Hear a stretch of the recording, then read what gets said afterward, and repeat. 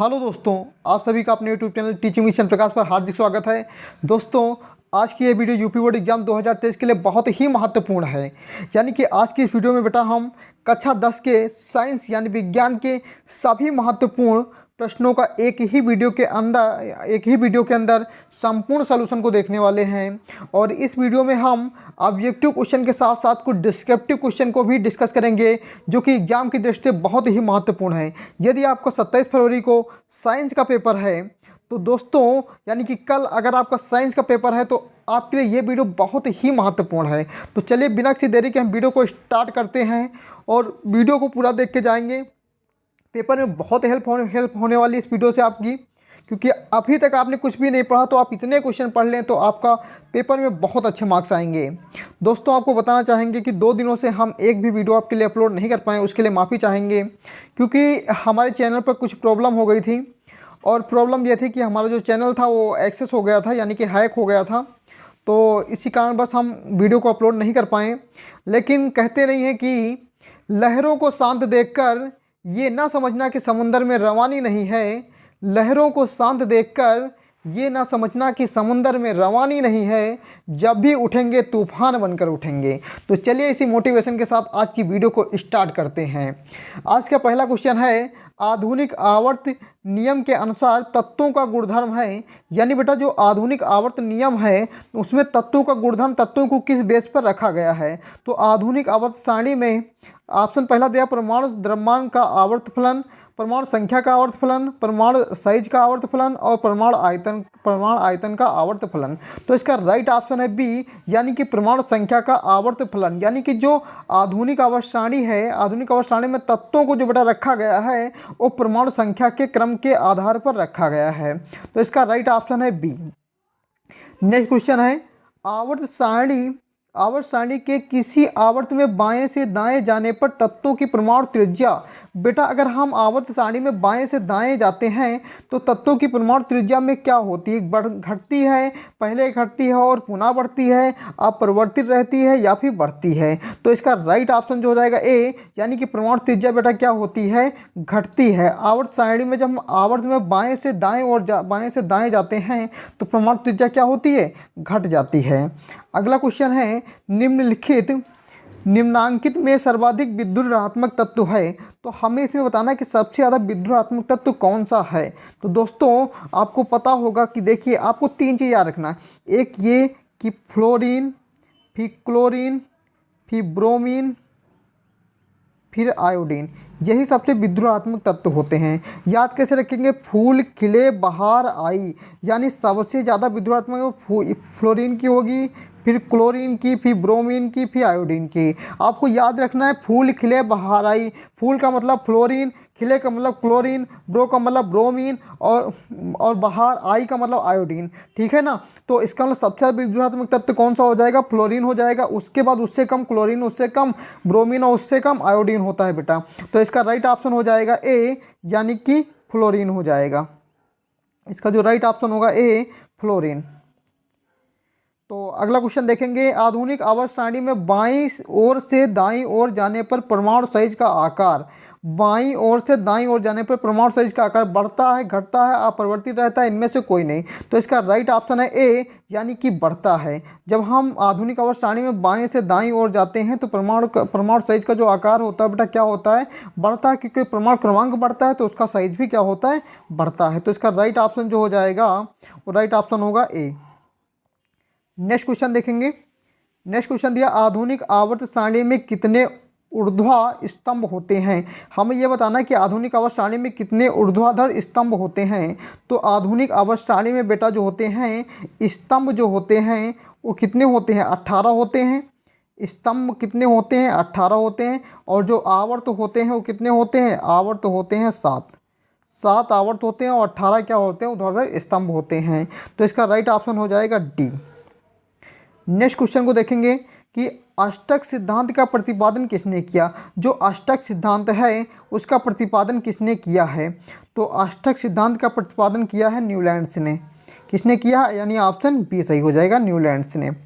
अगला क्वेश्चन देखेंगे कि अब तक कितने तत्वों का पता लग चुका है। हमें बेटा बताना है कि अब तक कितने तत्वों का पता लग चुका है। तो अब तक टोटल 118 तत्वों की खोज हो चुकी है। तो इसका राइट ऑप्शन हो जाएगा ए। अगला क्वेश्चन देखेंगे, मेंडलीव ने आवर्त नियम कब दिया था। जो मेंडलीव का आवर्त नियम है, उन्होंने अपना ये आवर्त नियम कब दिया था। तो इसका जो आवर्त नियम मेंडलीव ने दिया था वो दिया था 1871 में, यानी ऑप्शन नंबर डी राइट हो जाएगा। अगला क्वेश्चन देखेंगे। अगला क्वेश्चन है, हीलियम कैसा तत्व है। जो हीलियम है वो कैसा तत्व है। तो हीलियम बेटा है, जितने भी जैसे देखो ये हीना रीना एंड करीना, ये सब क्या होती हैं, अक्रिय गैसें होती हैं। क्या होती हैं, अक्रिय गैसें, यानी ऑप्शन ए क्या हो जाएगा, सही हो जाएगा। तो हम ज़्यादा एक्सप्लेनेशन नहीं करते क्योंकि आपका एग्जाम बहुत नज़दीक है, यानी कल ही आपका एग्जाम है साइंस का। तो हम क्वेश्चन को पढ़ते हैं और आपका आंसर बताते हैं डायरेक्ट। न्यूलैंड का अष्टक नियम किस तत्व तक प्रभावी है। जो न्यूलैंड का अष्टक नियम है बेटा, ये किस तत्व तक प्रभावी है। तो न्यूलैंड का जो अष्टक नियम है वो कहाँ तक है, कैल्शियम तक ही प्रभावित है। अगला क्वेश्चन देखेंगे, आवर्त सारणी के प्रथम वर्ग के सदस्य हैं। जो आवर्त सारणी है उसके प्रथम वर्ग के सदस्य कौन से होंगे। प्रथम वर्ग बेटा, वे प्रथम वर्ग जो होता है इसके प्रथम क्या होंगे, क्षारीय धातुएं। जो प्रथम वर्ग होता है इसके सदस्य जो होते क्या होते, क्षारीय धातुएं होती हैं। अगला क्वेश्चन देखेंगे, मेंडलीव के आवर्त नियम के अनुसार तत्वों के गुण आवर्त फलन होते हैं। जो तत्वों के गुण होते हैं वो किसके आवर्ती फलन होते हैं। जो मेंडलीव के आवर्त नियम के अनुसार तत्वों का जो गुणधर्म होता है किसके आवर्ती फलन होते हैं। तो इन्होंने बताया कि तत्वों के जो गुणधर्म होते हैं परमाणु द्रव्यमान के आवर्ती फलन होते हैं। और जो मेंडलीव की आधुनिक आवर्त सारणी है उसमें तत्वों को किसके बेस पर रखा है, परमाणु संख्या के यानी परमाणु क्रमांक के बेस पर रखा गया है। लेकिन मेंडलीव को जो आवर्त नियम के अनुसार तत्वों के गुण जो आवर्त फलन होते हैं किसके आवर्ती फलन होते हैं, तो परमाणु द्रव्यमान के आवर्ती फलन होते हैं। नेक्स्ट क्वेश्चन बेटा देखेंगे, आधुनिक आवर्त नियम के अनुसार तत्वों के गुणधर्म आवर्त फलन होते हैं। यानी ये क्वेश्चन दो बार रिपीट हो गया है, तो इसका भी राइट ऑप्शन क्या हो जाएगा, बी हो जाएगा। अगला क्वेश्चन देखेंगे, मेंडलीव ने तत्वों को निम्नलिखित में से किसके बढ़ते हुए क्रम में वर्गीकृत किया है। जो तत्व हैं उनको किसके बढ़ते हुए, मतलब कि ये दिया है कि मेंडलीव ने तत्वों के निम्नलिखित में से किसके बढ़ते हुए क्रम में वर्गीकृत किया है। जो तत्वों का अपने आवर्त तत्वों को जो उसमें व्यवस्थित किया सारणी में, वो किसके बेस पर किया है। तो इन्होंने किसके बेस पर किया है, इन्होंने किया है परमाणु द्रव्यमान के बेस पर। नेक्स्ट क्वेश्चन देखेंगे, अष्टक नियम के प्रतिपादक थे। जो अष्टक नियम है वो किसने दिया था। तो अष्टक नियम, इसमें ऑप्शन नहीं दे रखा है तो चलो इसको छोड़ते हैं, इसमें ऑप्शन नहीं दे रखा है। अगला क्वेश्चन देखेंगे हम। अगला क्वेश्चन दिया है, तिर्यक नियम का प्रतिपादन किस वैज्ञानिक ने किया था। जो तिर्यक नियम है उसका प्रतिपादन किस वैज्ञानिक ने किया था। तो उसका प्रतिपादन किया था डोबे राइनर ने। किसने किया था, डोबे राइनर ने किया था। नेक्स्ट क्वेश्चन बेटा देखेंगे, आवर्त सारणी के शून्य समूह का तत्व है। जो आवर्त सारणी है उसके शून्य समूह का तत्व कौन सा है। तो शून्य समूह का तत्व जो होता है वो कौन सा होता है, हीलियम होता है। कौन सा होता है, हीलियम। अगला क्वेश्चन देखेंगे, आवर्त सारणी में कितने वर्ग होते हैं। तो अभी हमने बताया कि आवर्त सारणी में बेटा कितने 18 क्या होते हैं, वर्ग होते हैं। तो आवर्त सारणी में कितने वर्ग होते हैं, 18 वर्ग होते हैं। ये भी क्वेश्चन रिपीट हुआ है। आधुनिक आवर्त सारणी में तत्वों के वर्गीकरण का आधार है। जो आधुनिक आवर्त सारणी, इसमें तत्वों के वर्गीकरण का आधार क्या है, अभी हमने बताया था आपको, परमाणु संख्या। अगला क्वेश्चन देखेंगे, आवर्त सारणी के ऊर्ध्वाधर स्तंभों को कहा जाता है। ऊर्ध्वाधर मतलब ऊर्ध्वाधर स्तंभों को क्या कहा जाता है। तो ऊर्ध्वाधर स्तंभ होते हैं उनको क्या कहते हैं। यानी ऊर्ध्वाधर का मतलब क्या होता है कि ऐसे जो ऐसे होते हैं इनको क्या कहते हैं। तो इनको बेटा क्या कहा जाता है, वर्ग कहा जाता है। तो ऑप्शन ए या राइट हो जाएगा। जो ऐसे होते हैं इनको क्या कहते हैं, आवर्त कहते हैं। मतलब ये क्या होते हैं, वर्ग होते हैं आधुनिक आवर्त सारणी में। और जो ऐसे लिखे होते हैं इनको क्या बोलते हैं, आवर्त बोला जाता है। चलिए अगला क्वेश्चन देखेंगे, अक्रिय तत्व कौन सा है। अब हमें इसमें बताना बेटा कि जो अक्रिय तत्व है वो कौन सा है। तो हमने एक चीज़ कहा कि आप याद रखिए, हीना रीना एंड करीना, यानी कि हीलियम और आर्गन और जेनान, ये जितने भी होते हैं सब क्या होती है, अक्रिय गैसें होती हैं। तो इसका राइट ऑप्शन क्या हो जाएगा, हीलियम हो जाएगा। सबसे अधिक भास्मिक ऑक्साइड है, हमें बताना है कि सबसे अधिक भास्मिक ऑक्साइड किसका है, K2O है कि B2O3 है कि SO2 है कि NO2 है। तो सबसे ज़्यादा जो भास्मिक ऑक्साइड होता है किसका होता है, पोटेशियम ऑक्साइड का होता है। अगला क्वेश्चन देखेंगे। अगला क्वेश्चन, आवर्त सारणी में कितने आवर्त होते हैं। तो आवर्त सारणी में बेटा आवर्त कितने होते हैं, 7 आवर्त होते हैं, अभी आपको बताए थे। कितने आवर्त होते हैं, 7 आवर्त होते हैं। और 18 क्या होते हैं, ऊर्ध्वाधर मतलब जो ऊर्ध्वाधर होते हैं उनको क्या बोलते हैं, वर्ग बोलते हैं। 7 आवर्त और 18 क्या होते हैं, ऊर्ध्वाधर वर्ग होते हैं। अगला क्वेश्चन, मेंडलीव ने आवर्त सारणी में तत्वों को सजाया। जो मेंडलीव थे वो आवर्त सारणी में तत्वों को किस बेस पे सजाए थे, तो आणविक द्रव्यमान के बेस पर। किस पे सजाए थे इन्होंने, आणविक द्रव्यमान के बेस पे। अगला क्वेश्चन है बेटा, कौन शून्य वर्ग का तत्व है। अब हमें इसमें बताना है कि शून्य वर्ग का तत्व कौन सा। तो अभी हमने इसको डिस्कस भी किया था, तो कौन सा है, हीलियम है। न्यूलैंड ने अष्टक नियम कब दिया। अभी आगे क्वेश्चन आया था कि अष्टक नियम किसने प्रतिपादित किया। तो अष्टक नियम किसने किया था, न्यूलैंड ने किया था।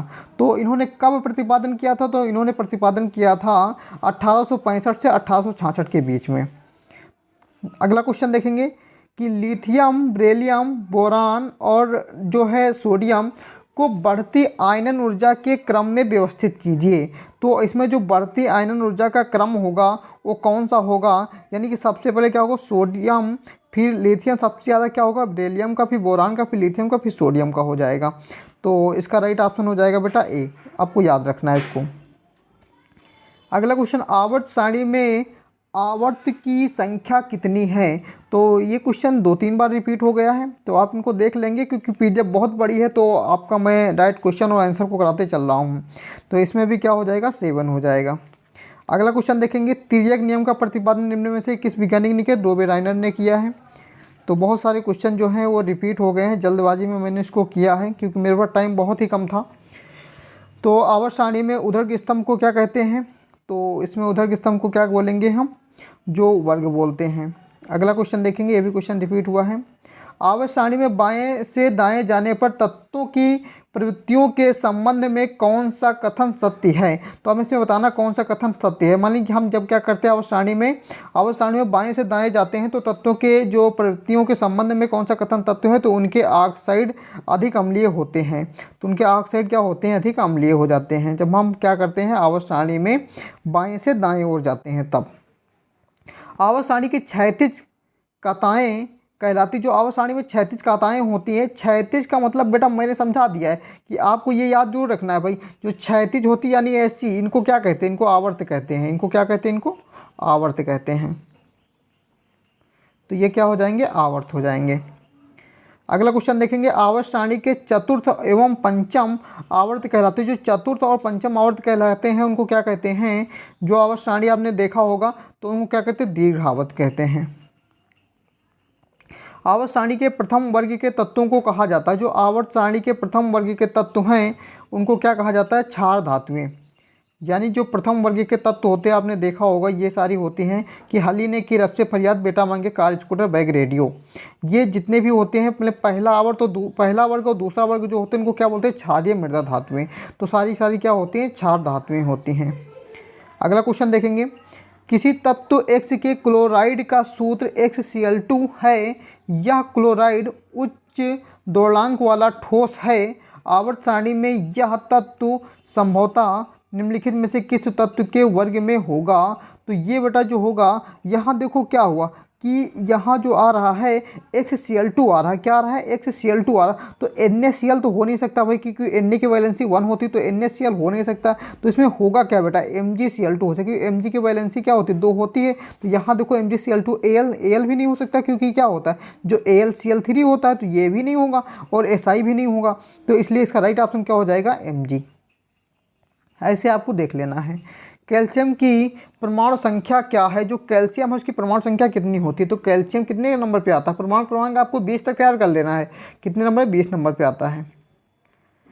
तो आवर्त सारणी में एक टेढ़ी मेढ़ी रेखा धातुओं को अधातुओं से अलग करती है। इस रेखा पर आने वाले तत्व कहलाते हैं। जिस रेखा पर तत्व आते हैं उनको क्या कहते हैं, उपधातु कहलाते हैं। क्या कहलाते हैं, उपधातु।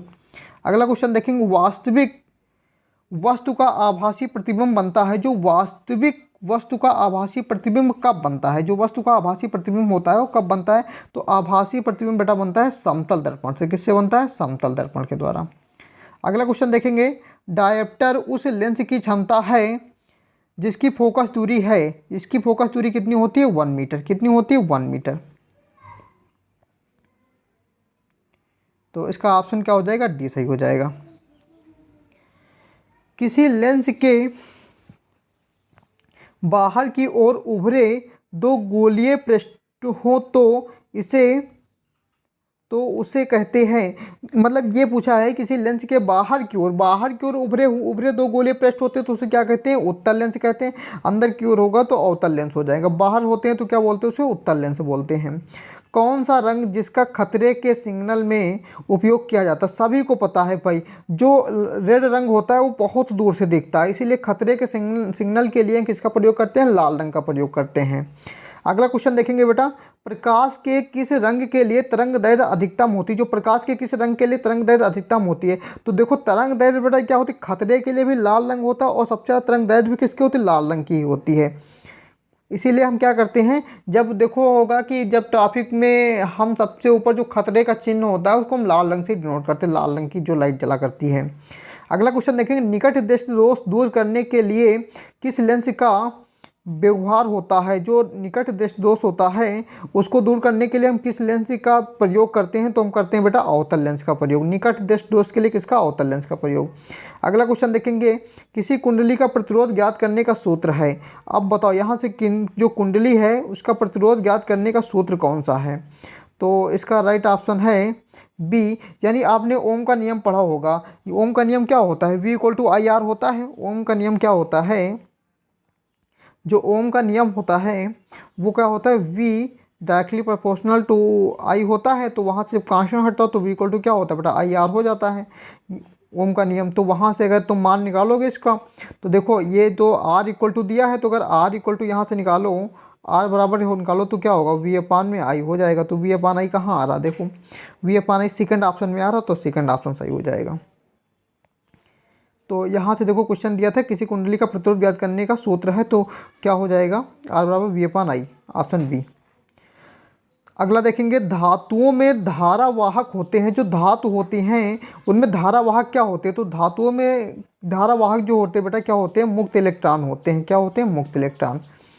अगला क्वेश्चन देखेंगे, परिपथ में विद्युत धारा की माप किसमें की जाती है? जो परिपथ होता है इसमें विद्युत धारा की माप किसमें की जाती है? तो आपने परिपथ में जब धारा का मान निकाला होगा तो एमीटर के रूप में निकाला होगा। तो विद्युत फ्यूज विद्युत धारा के किस प्रभाव पर कार्य करता है? जो विद्युत फ्यूज होता है वो विद्युत धारा के किस प्रभाव पर कार्य करता है? तो बेटा वो कार्य करता है उसमें, मैं आपको फटाफट क्वेश्चन को करा रहा हूँ क्योंकि आपके एग्जाम बहुत पास हैं, तो इसीलिए मैं बहुत ज़्यादा एक्सप्लेनेशन को नहीं कर रहा हूँ। बैटरी से किस प्रकार की धारा प्राप्त होती है? जो बैटरी होती है बेटा उससे किस प्रकार की धारा प्राप्त होती है? भाई जो बैटरी होती है उससे हम बेटा दृश्य धारा को प्राप्त करते हैं। और जो आपके घरों में जो लाइट जलती है ना, ये जो करंट आते हैं ना बिजली वाली, जो इसे क्या होती है? प्रत्यावर्ती होती है ना। तो क्या हो जाएगा? बैटरी जो होती है वो क्या होती है? दृश्य धारा होती है, यानी AC। निम्नलिखित में से कौन सा जैव मात्रा ऊर्जा स्रोत का उदाहरण नहीं है? इसमें से हमें ये बताना है कौन सा जो है वो ऊर्जा स्रोत का उदाहरण नहीं। तो नाभिकीय ऊर्जा क्या है? ऊर्जा स्रोत का एक उदाहरण नहीं है। अगला क्वेश्चन देखेंगे, इनमें से कौन नवीनीकरणीय ऊर्जा है? इसमें से हमें बताना है कि नवीनीकरणीय ऊर्जा जो है वो कौन सी है? नवीनीकरणीय ऊर्जा जो होती है बेटा सौर ऊर्जा होती है। अगला देखेंगे, निम्न में से कौन सा अवकारक है? जो अवकारक है उसमें से कौन सा होगा? तो क्या होता है? हाइड्रोजन जो होता है वो क्या होता है? अवकारक होता है। अगला क्वेश्चन देखेंगे, निम्नलिखित में से pH का कौन सा क्षारक विलयन का मान होता है? जो क्षारक विलयन होता है उसका मान क्या होता है? तो आप इसको एक ही समझ लीजिए भाई, जो 7 पे होता है एक pH पैमाना होता है। क्या होता है? एक pH पैमाना होता है। यहाँ पर जो मान होता है वो क्या होता है? 7 पे क्या होता है? उदासीन होता है। क्या होता है? 7 पे उदासीन होता है। एक बार आप समझ लीजिए, कोई भी क्वेश्चन आपका गलत नहीं होगा। ये उदासीन होता है। जब हम इस ओर बढ़ते हैं यानी कि 0 यहाँ होता है, यहाँ जो होता है 14 होता है।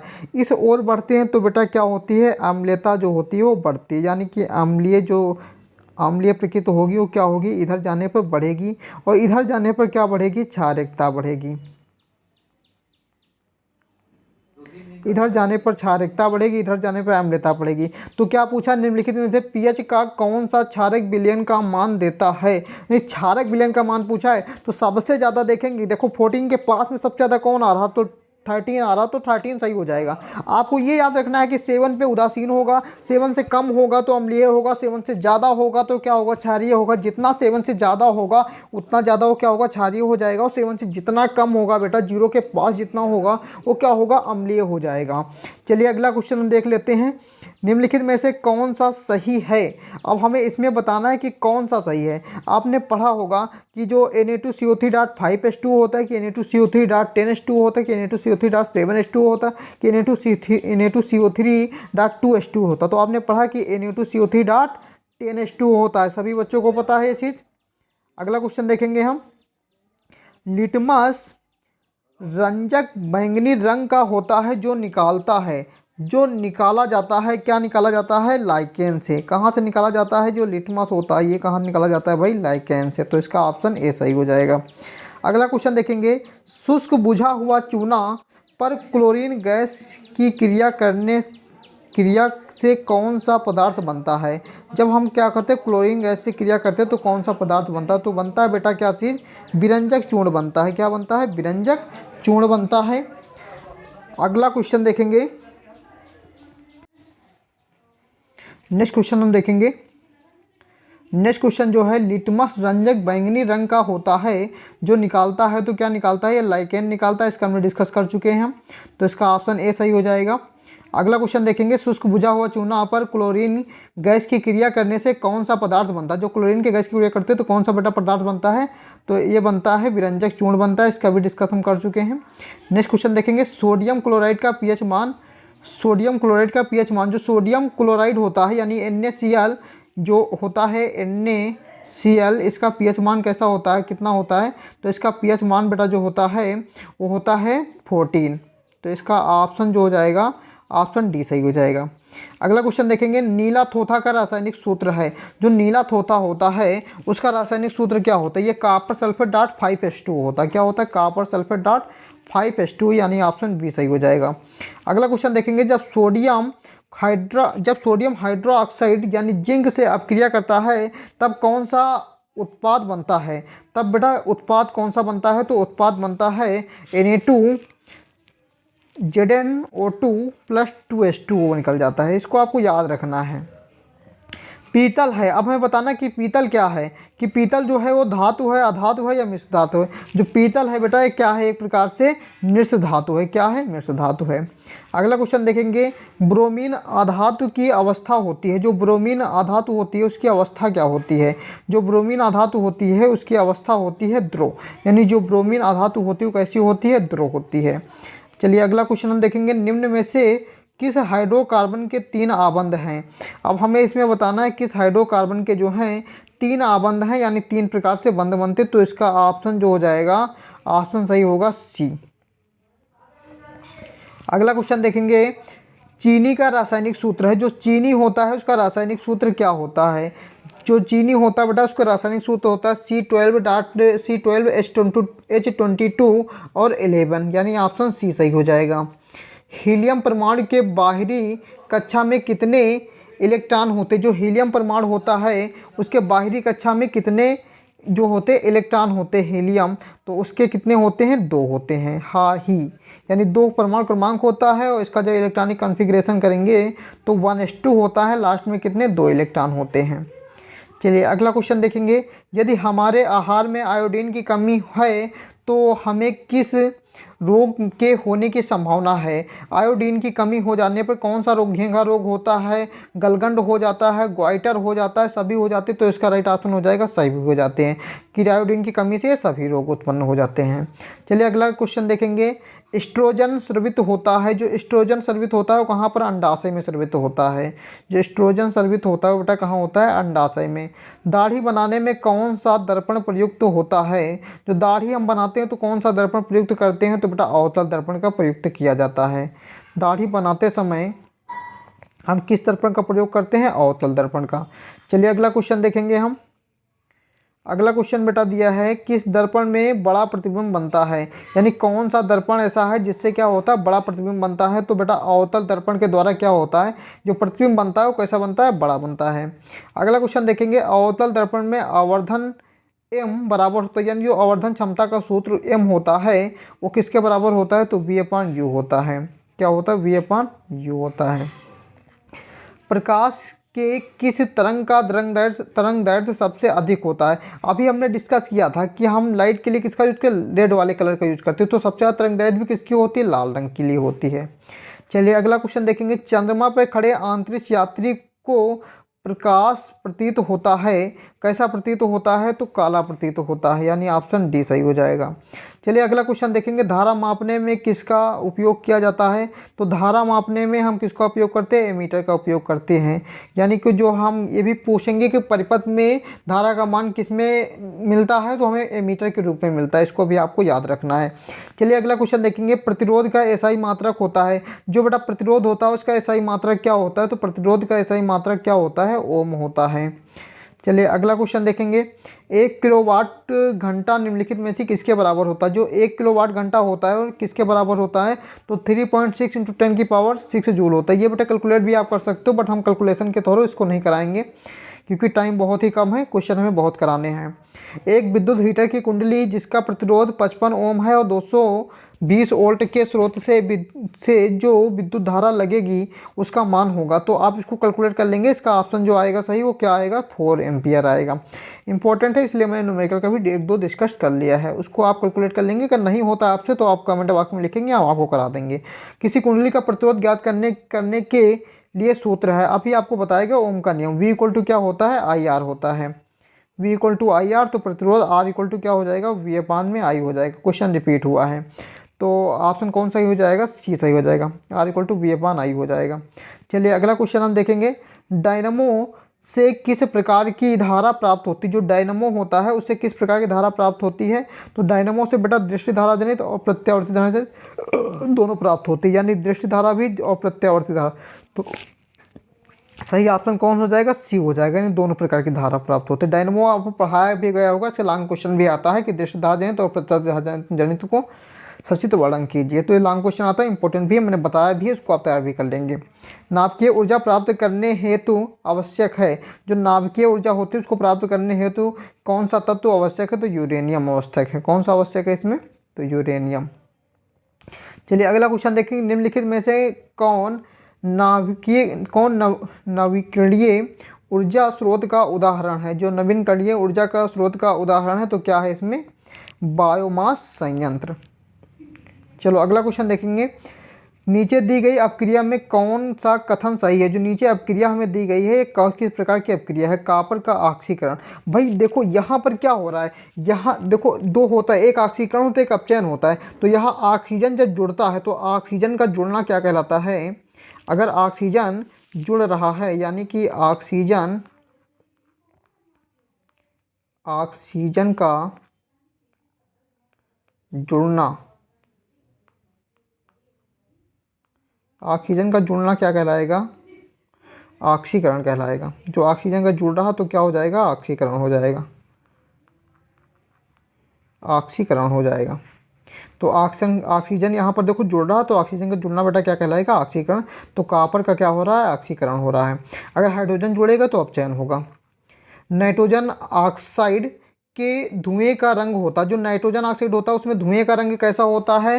तो धुएं का रंग बेटा कैसा होता है? भूरा होता है। धुएं का रंग कैसा हो जाएगा? भूरा हो जाएगा। अगला क्वेश्चन देखेंगे, ग्लूकोज का रासायनिक सूत्र है। जो ग्लूकोज होता है उसका रासायनिक सूत्र क्या होता है? तो C6H12 और O6 होता है। कितना होता है? C6H12 O6 हो जाएगा। चलिए अगला क्वेश्चन देखेंगे, ग्लूकोज का रासायनिक सूत्र है। तो ग्लूकोज का जो रासायनिक सूत्र होता है वो कितना होता है? अभी आपको बताया C6, यही क्वेश्चन C6H12O6 हो जाएगा। चलिए अगला, दूध से दही बनने में निम्नांकित में कौन सी क्रिया होगी? अगर दूध से दही बन रहा है तो इसमें क्रिया कौन सी हो जाएगी? किण्वन। कौन सा हो जाएगी, किण्वन। किण्वन के द्वारा क्या होता है, दूध से दही बनता है। और ऐसा भी क्वेश्चन पूछा जाएगा कि दूध से दही बनने में कौन सा परिवर्तन होता है, यानी कि भौतिक परिवर्तन होता है, रासायनिक परिवर्तन होता है। तो दूध से जब दही बनता है तो कैसा परिवर्तन होता है, रासायनिक परिवर्तन होता है। ये भी आपको याद रखना है। चलिए आगे क्वेश्चन होगा तब ये आपको डिस्कस करेंगे। तो आपको यही याद रख लेना है कि ऐसा होगा, रासायनिक परिवर्तन होगा। अगर दूध से दही बन रहा तो जो परिवर्तन होगा बेटा वो कैसा हो जाएगा, रासायनिक परिवर्तन होगा। अगला क्वेश्चन हम देखेंगे, हमारे शरीर पीएच के कितने प्रास के बीच कार्य करता है। हमारे जो शरीर होता है उसके पीएच का जो प्रास होता है वो कितना होता है, वो 7 से कितना होता है, 7.8 होता है। चलिए अगला क्वेश्चन देखेंगे, निम्नलिखित में से कौन सा उपधातु है। इसमें बताना बेटा उपधातु कौन सी है। तो उपधातु इसमें से जो है वो Sb है। चलिए अगला क्वेश्चन देखेंगे, स्टेनलेस स्टील मिश्र धातु है। ये जो है मिश्र धातु है, किसकी मिश्र धातु है, तो ये जो होती है किसकी मिश्र धातु होती है, लोहे की होती है। चलिए अगला क्वेश्चन देखेंगे हम, शुद्ध सोना कितने कैरेट का होता है। जो शुद्ध सोना होता है वो कितने कैरेट का होता है, तो 24 कैरेट का होता है। इसका हम एक फार्मूला भी होता है उसको कैलकुलेट कर सकते हैं, बट बेटा उसको हम डिस्कस नहीं करेंगे क्योंकि एग्जाम बहुत पास है, इसलिए हम थोड़ा फास्टली आपको डिस्कस कर लेते, क्वेश्चन बहुत हैं कराने के लिए। चलिए अगला देखेंगे, फ्लोरीन अपरूप है। जो फ्लोरीन है वो किसका अपरूप है, तो फ्लोरीन जो होता है वो किसका होता है, कार्बन का अपरूप होता है। अगला क्वेश्चन देखेंगे, CnH2n+2 किसका समान सूत्र है। तो यहाँ आप देख लीजिए, CnH2n+2 ये किसका होता है, एल्केन का होता है। किसका होता है, एल्केन का होता है। जो एल्कीन का होता है वो क्या होता है, आप देखेंगे जो एल्कीन का समान सूत्र होता है वो होता है CnH2n होता है। और जो एल्काइन होता है, जो एल्काइन होता है इसका होता है CnH2n और -2 होता है। आप इसको देख लेंगे, CnH2n और -2 होता है। तो इसका राइट ऑप्शन हो जाएगा एल्केन, यानी कि इसका जो सामान्य सूत्र होगा वो क्या हो जाएगा बेटा, एल्केन का है, CnH2n+2। अगला क्वेश्चन, बेंजीन का अणुसूत्र होता है। बेंजीन का अणुसूत्र कितना हो, C6H6 कितना होता है, C6H6 होता है, यानी बेंजीन रिंग ऐसे बनती है। और कैसे होता है, ये एरोमेटिक होता है ना बेंजीन रिंग, ठीक है। चलिए अगला क्वेश्चन देखेंगे, आवर्त सारणी के उर्ध्वगम स्तंभों को क्या कहा जाता है। अरे भाई अभी आपको आएगा, ये क्वेश्चन रिपीट हो गया है। अक्रिय तत्व कौन सा है, ये भी क्वेश्चन रिपीट हो गया, हीलियम होगा। ऑक्सीजन है, तो ऑक्सीजन इसमें से क्या है, हमें ये बताना। तो ऑक्सीजन जो है बेटा इसमें से क्या है, हार्मोन्स है। क्या है, हार्मोन्स है। चलिए अगला क्वेश्चन देखेंगे, आहार नली का सबसे लंबा भाग है। आहार नली जो होती है उसका सबसे लंबा भाग कौन सी होती है, तो छोटी आंत होती है। क्या होती है, छोटी आंत होती है। अगला, कीटों में प्रमुख श्वसन अंग है। जो कीटो होते हैं उसमें प्रमुख श्वसन अंग क्या होते हैं, तो ट्रैकिया होती है। क्या होती है, ट्रैकिया। अगला क्वेश्चन देखेंगे, मनुष्य में कौन उत्सर्जी अंग नहीं है। जो मनुष्य में है वो कौन सा ऐसा अंग है जो उत्सर्जी नहीं है, तो इसका राइट ऑप्शन हो जाएगा अग्नाशय। अग्नाशय क्या है, उत्सर्जी अंग नहीं है। अगला, क्लोरोफिल वड़क का रंग है। जो क्लोरोफिल होता है उसको वड़क का रंग कैसा होता है, तो हरा होता है। अगला क्वेश्चन देखेंगे, इंसुलिन की कमी के कारण कौन सा रोग होता है। जो इंसुलिन होता है वड़का, इंसुलिन की कमी हो गई तो कौन सा रंग हो जाएगा, इंसुलिन की कमी से कौन सा रोग होगा, तो मधुमेह रोग हो जाता है। हाँ, तो कौन सा रोग होगा, मधुमेह। इंसुलिन की कमी के कारण रोग होता है तो मधुमेह, जो अभी हमने डिस्कस किया है, 2 बार आ गया है। रक्त में आयरन की कमी से होने वाला एक रोग है। भाई रक्त जो होता है, रक्त में अगर आयरन की कमी हो जाए तो किसका कौन सा रोग हो जाएगा, तो एनीमिया हो जाता है। कौन सा रोग होता है, एनीमिया हो जाता है। याद रखना है, सारे इंपॉर्टेंट क्वेश्चन है। जल्दबाजी में मैंने इसको तैयार किया है क्योंकि आपके लिए 2 दिन से मैं वीडियो भी अपलोड नहीं कर पा रहा था। कल पूरी रात को मैं आपके लिए इंपॉर्टेंट क्वेश्चन की ये PDF तैयार किया है। तो वीडियो आपको अगर अच्छी लग रही हो तो भाई वीडियो को लाइक जरूर कर दें, वीडियो को लाइक कर दें। और चैनल पर पहली बार चैनल को सब्सक्राइब जरूर कर लीजिए, क्योंकि हम आपके लिए ऐसे नॉलेजफुल वीडियो लाते रहेंगे और आपके लिए बेटा हम बहुत मेहनत करते हैं। तो आप वीडियो को लाइक जरूर करें और चैनल पर पहली बार तो चैनल को सब्सक्राइब जरूर कर लीजिएगा। अगला है, मानव में डायलिसिस थैली है। जो मानव होता है उसमें डायलिसिस थैली कौन सी होती है, तो नेफ्रॉन होती है। क्या होती है इसमें, नेफ्रॉन। अगला क्वेश्चन देखेंगे, पुष्पी पौधों में लैंगिक जनन किसके द्वारा होता है। जो पुष्पी पौधे होते हैं लैंगिक जनन किसके द्वारा होता है, तो लैंगिक जनन होता है फूलों द्वारा। अगला क्वेश्चन है, मुकुलन द्वारा प्रजनन किसमें होता है। जो मुकुलन होता है, मुकुलन द्वारा प्रजनन किसमें होता है, तो बेटा ईस्ट में जो होता है वो मुकुलन द्वारा प्रजनन होता है। अगला क्वेश्चन देखेंगे, प्राकृतिक चयन का सिद्धांत किसने दिया। जो प्राकृतिक चयन का सिद्धांत है ये किसके द्वारा दिया गया है, तो प्राकृतिक चयन का जो सिद्धांत है ये दिया गया है डार्विन के द्वारा। किसके द्वारा दिया गया है? डार्विन के द्वारा। चलिए अगला क्वेश्चन हम देख लेंगे। प्रकाश का अपवर्तन क्या है, इसके नियमों को लिखिए। बेटा ये जो क्वेश्चन है डिस्क्रिप्टिव क्वेश्चन इसमें आ गया, तो हम डिस्क्रिप्टिव का भी थोड़ा सा डिस्कस कर लेते हैं कि प्रकाश का जो अपवर्तन होता है वो क्या होता है। यानी प्रकाश किरण जब एक पारदर्शी माध्यम से दूसरे पारदर्शी माध्यम में तिरछी प्रवेश करती है तो दोनों माध्यम को अलग करने वाली सतह पर किरण मुड़ जाती है। सघन माध्यम में आपतन बिंदु पर अभिलंब की ओर मुड़ी, जबकि सरल माध्यम में अभिलंब से दूर मुड़ती है। इस घटना को क्या कहते हैं? प्रकाश का अपवर्तन कहते हैं। देखेंगे फिगर को आप। जब क्या होती है कि एक हम किरण को आपतित कराते हैं तो क्या होती है कि जितने कोण पर हम किरण को आपतित कराते हैं उतने ही कोण पर किरण क्या होती है? परावर्तित हो जाती है। तो क्या होता है? इस घटना को क्या कहते हैं? प्रकाश का अपवर्तन कहते हैं। क्या कहते हैं? प्रकाश का अपवर्तन कहते हैं। यहाँ जो होता है आई बराबर क्या होता है? आर होता है। आगे हम देखेंगे अपवर्तन के कुछ नियम को। जो अपवर्तन के नियम इंपॉर्टेंट है बेटा, कर लेना, इसको अच्छे से तैयार कर लेना आपको। देखो, आपतित किरण और आपतन बिंदु पर खींचा गया अभिलंब एक ही तल में होते हैं। यानी आपतित किरण और परावर्तित किरण तथा आपतन बिंदु पर खींचा गया अभिलंब तीनों क्या होते हैं? एक ही तल पर होते हैं। ये देखो यहाँ पर, देखो आपको यहाँ दिखाएंगे हम कि जो आपती ये तीनों क्या होते हैं? एक ही तल पर होते हैं। आगे देखेंगे हम नेक्स्ट पॉइंट क्या, किन्हीं दो माध्यम और प्रकाश के किसी निश्चित वर्ण के लिए आपतन कोण की ज्या तथा अपवर्तन कोण की ज्या का अनुपात एक नियतांक होता है जो अपवर्तनांक कहलाता है। इसे स्नेल का नियम कहते हैं। यानी sine I upon sine R equal to क्या होता है? नियतांक होता है। इसे हम क्या कहते हैं? स्नेल का नियम कहते हैं। चलिए आगे देखेंगे। अवतल और उत्तल और समतल दर्पण के दो उपयोग लिखिए। भाई इंपॉर्टेंट क्वेश्चन है, बहुत बार पूछा जाता है कि अवतल दर्पण के दो उपयोग लिखिए, समतल दर्पण के दो उपयोग लिखिए और उत्तल दर्पण के दो उपयोग लिखिए। तो आप देखेंगे कि अवतल दर्पण के दो प्रमुख उपयोग को आप लिख सकते हैं कि दाढ़ी के बाल दर्पण की फोकस के अंदर आवर्धित देखते हैं, जिससे कि दाढ़ी बनाना आसान हो जाता है। जब देखो व्यक्ति दाढ़ी बनाते हैं तो क्या करते हैं? देख दर्पण को लेते हैं, शीशा जो होता है ना वो क्या होता है? अवतल दर्पण ही उसमें लगा होता है, तो उससे हम देखते हैं तो दाढ़ी के जो बाल होते हैं क्या होते हैं? थोड़ा अच्छे से दिखते हैं, तो उससे दाढ़ी बनाना आसान हो जाता है। तो वहाँ पर हम क्या करते हैं? अवतल दर्पण का प्रयोग करते हैं। दूसरा क्या है कि सौर कुकर में बड़े द्वारक का अवतल दर्पण सूरज की ऊष्मा को केंद्रित करने में काम आता है। चलिए अगला हम देखेंगे उत्तल दर्पण के दो उपयोग। साइड मिरर के रूप में, जो गाड़ी होती, गाड़ी में देखो साइड मिरर लगाया जाता है उसके रूप में, और सड़कों पर लगे लैंप में प्रकाश को बड़े क्षेत्र में फैलाने हेतु। तो यहाँ ये दो हो गए क्या? इसके उत्तल दर्पण के दो उपयोग हो गए। तो मैं बहुत समझाऊंगा बेटा नहीं, क्योंकि वीडियो बहुत बड़ी है, तो इसको हम आपको जल्दी जल्दी करके समझा देते हैं आपको। उत्तल दर्पण के दो उपयोग जो हैं वो साइड मिरर ये हो गया। समतल दर्पण के दो उपयोग देख लेंगे। अपना प्रतिबिंब सामान्य देखने में, अपना मतलब सामान्य मतलब जैसे आप हैं वैसे आप प्रतिबिंब देखने के लिए हम किसका उपयोग करते हैं? समतल दर्पण का। और दर्पण द्वारा एक से अधिक प्रतिबिंब प्राप्त होते हैं। दर्पण द्वारा क्या हो? समतल दर्पण द्वारा कितने प्रतिबिंब प्राप्त होते हैं? एक से अधिक प्रतिबिंब अगर हमें प्राप्त करना तो हम किसका उपयोग करेंगे? समतल दर्पण का उपयोग करेंगे। चलिए अगला क्वेश्चन देखेंगे। प्रिज्म से होकर प्रकाश के अपवर्तन का नामांकित किरण आरेख खींचिए। तो अगर नामांकित किरण आरेख खींचेंगे तो क्या हो जाएगा? ऐसा एक आपको आरेख खींचना है। प्रकाश से अपवर्तन का नामांकित आरेख इस प्रकार खींचा जाएगा। यानी ये ABC क्या हो जाएगा बेटा? ये जो होगा ABC ये क्या हो जाएगा? एक प्रिज्म हो जाएगा। ABC क्या होगा? एक प्रिज्म हो जाएगा।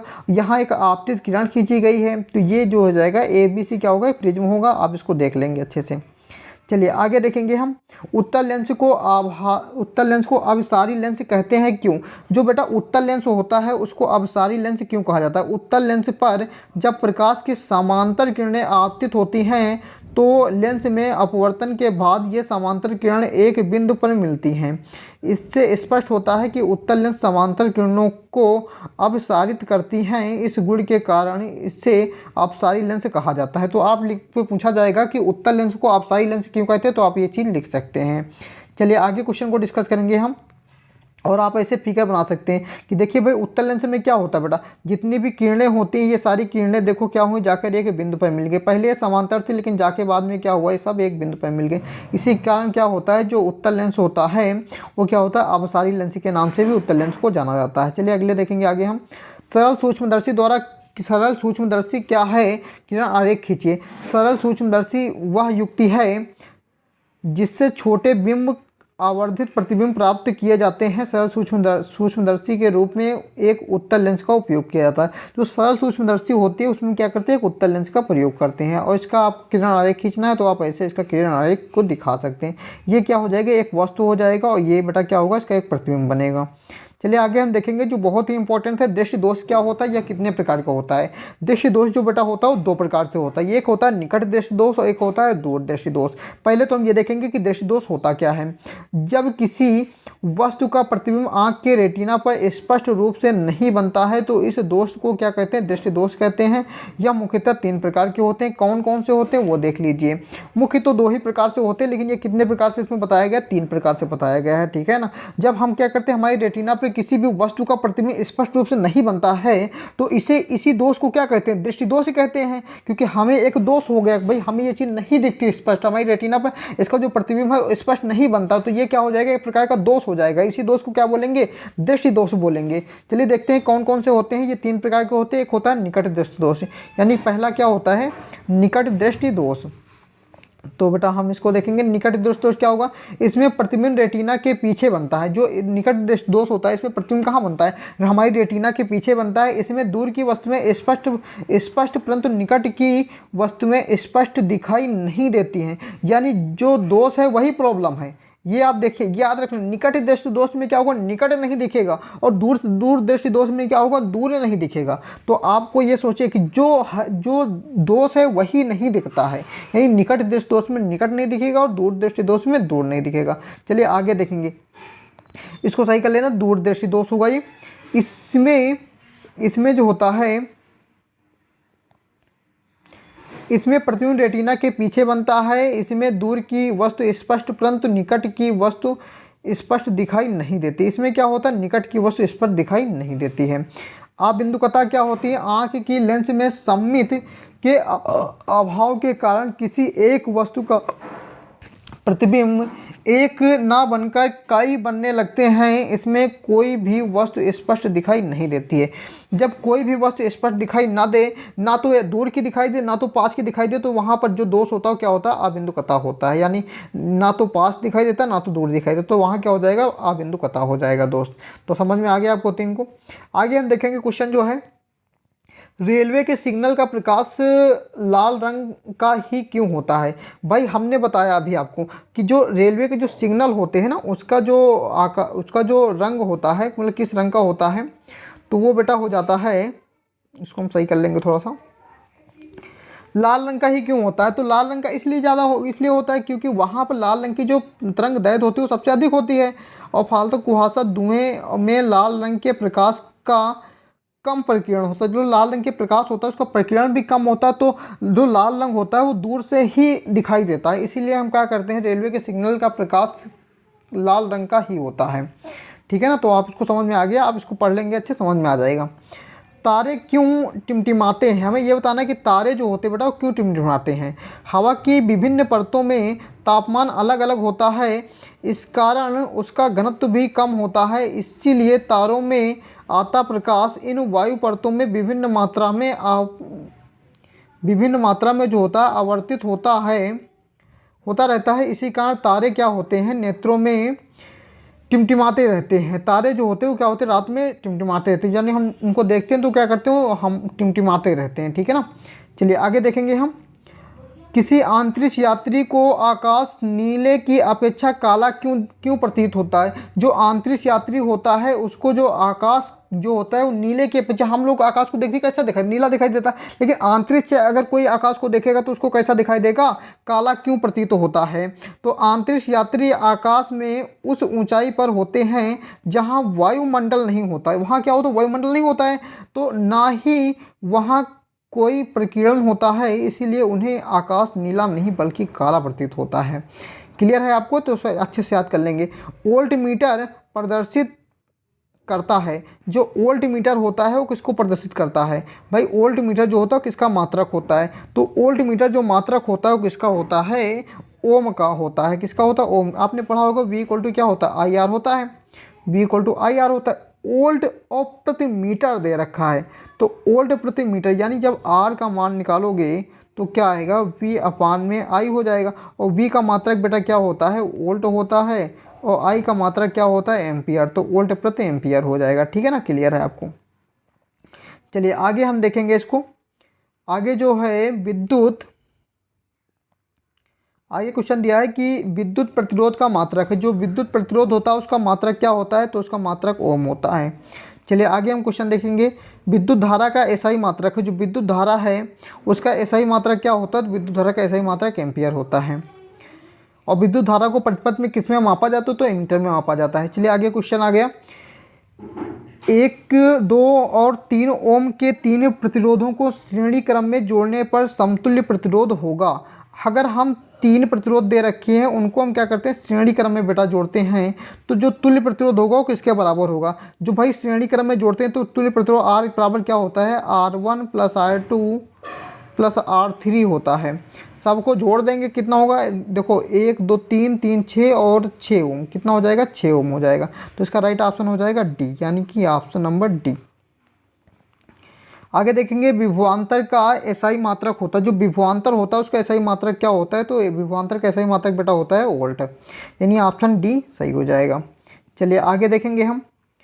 आगे ये न्यूमेरिकल दे रखा है, आप इसको कर लेना है, देख लेंगे आप। ऑप्शन देखें, 100 वोल्ट और 220 वोल्ट के विद्युत बल्ब के तनु का प्रतिरोध क्या होगा, तो ये जो होता है वो कितना होता है, 484 ओम होता है। चलिए आगे देखेंगे। टंगस्टन निम्नलिखित में से किस ताप पर पिघलता है। जो टंगस्टन होता है वो निम्नलिखित में से किस ताप पर पिघलता है, तो 3500 सेल्सियस डिग्री ताप पर क्या होता है, पिघल जाता है। विद्युत शक्ति का मात्रक है। जो विद्युत शक्ति होती है उसका मात्रक क्या होता है, तो विद्युत शक्ति का मात्रक होता है बेटा वाट होता है। वाट गुणे घंटा गुणे दिन जब हम उसको निकालते हैं ना। आगे देखेंगे आवेश का एसआई मात्रक क्या होता है। जो आवेश होता है उसका एसआई मात्रक क्या होता है, तो आवेश का एसआई मात्रक होता है जूल, जो कार्य का मात्रक होता है। जब किसी चालक से विद्युत धारा प्रवाहित होती है तो गतिशील कण होते हैं। जब किसी चालक से विद्युत धारा प्रवाहित होती है तो वहाँ पर गतिशील जो कण होते हैं वो कौन कौन से होते हैं, तो वो होते हैं ओनली इलेक्ट्रॉन होते हैं। जहाँ धारा का प्रवाह बोल दिया गया तो वहाँ पर क्या होगा, इलेक्ट्रॉन, या तो मुक्त इलेक्ट्रॉन दिया होगा तो मुक्त इलेक्ट्रॉन हो जाएगा। किसी चालक के प्रतिरोधकता का मात्रक है। अगर कोई चालक है उसकी प्रतिरोधकता का मात्रक क्या होगा ये हमें बताना है। तो इसका मात्रक क्या होता है, ओम होता है। क्या होता है बेटा, ओम होता है। चलिए आगे हम देखेंगे। निम्नलिखित में से कौन विद्युत का सुचालक है। हमें इसमें बताना है विद्युत का सुचालक कौन है। विद्युत का जो सुचालक का मतलब जिसमें करंट का फ्लो हो चुके, और जो कुचालक का मतलब जिसमें करंट का फ्लो ना हो। तो विद्युत का सुचालक कौन सा होता है, ग्रेफाइट होता है। बाकी सब क्या होते हैं, विद्युत के कुचालक होते हैं। अगला देखेंगे विभवांतर का मात्रक होता है। जो विभवांतर होता है उसका मात्रक क्या होता है, अभी हमने डिस्कस किया, उसका मात्रक होता है वोल्ट। आगे देखेंगे किसी बल्ब से 1 मिनट में 120 कूलाम का आवेश प्रवाहित होता है तो प्रवाहित धारा का मान कितना होगा। तो ये न्यूमेरिकल है, आप लगा लेंगे इसको। तो इसका जो मान होगा वो कितना हो जाएगा बेटा, इसका मान होगा 2 एम्पियर। चलिए आगे देखेंगे हम। विद्युत बल्ब का तन किस धातु का बना होता है। जो विद्युत बल्ब का जो तन होता है, यानी तन, जो आपने बीच में तार को देखा होगा ना कि जो बल्ब की संरचना ऐसे होती है, ऐसे जो भी ऐसे भाई बनता है बल्ब, तो यहाँ पर जो लगा होता है, स्प्रिंग लगी होती है ना, ये किसका होता है, तो टंगस्टन का होता है। किसका होता है, टंगस्टन का। चलिए आगे देखेंगे। किसी चालक के छोरों के बीच विभवांतर V, प्रतिरोध R तथा प्रवाहित धारा I के बीच में संबंध होता। भाई आपको वही ओम का नियम, यदि किसी चालक की भौतिक अवस्थाएं जैसे दाब, ताप, लंबाई या नियत रहें तो चालक में उत्पन्न विभवांतर, उसमें बहने वाली धारा I के क्या होता है, अनुक्रमानुपाती होता है। यानी जो अनुक्रमानुपाती अनुक्रमानुपाती का साइन हटाते हैं तो V = क्या होता है, IR हो जाता है। तो यही संबंध हो जाएगा। तो V = IR पहला ऑप्शन दे रखा, तो यही बेटा ऑप्शन क्या होगा, सही हो जाएगा। अगला ओम का नियम है। तो ओम का नियम बेटा वही चीज़ V = IR, तो ये ऑप्शन ए सही हो जाएगा।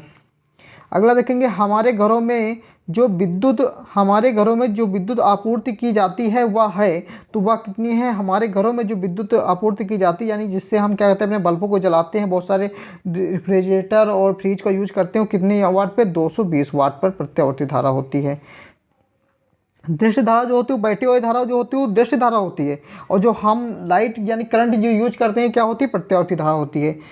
बैटरी से किस प्रकार की धारा प्रवाहित होती है, वो बैटरी होती है उससे बेटा किस प्रकार धारा प्रवाहित होती है, दृश्य धारा। अभी हमने डिस्कस किया था, ओनली दृश्य धारा ना। आगे देखेंगे 1 वोल्ट कहलाता है, जो 1 वोल्ट होता है वो क्या कहलाता है, 1 वोल्ट कहलाता है जूल प्रति कूलाम।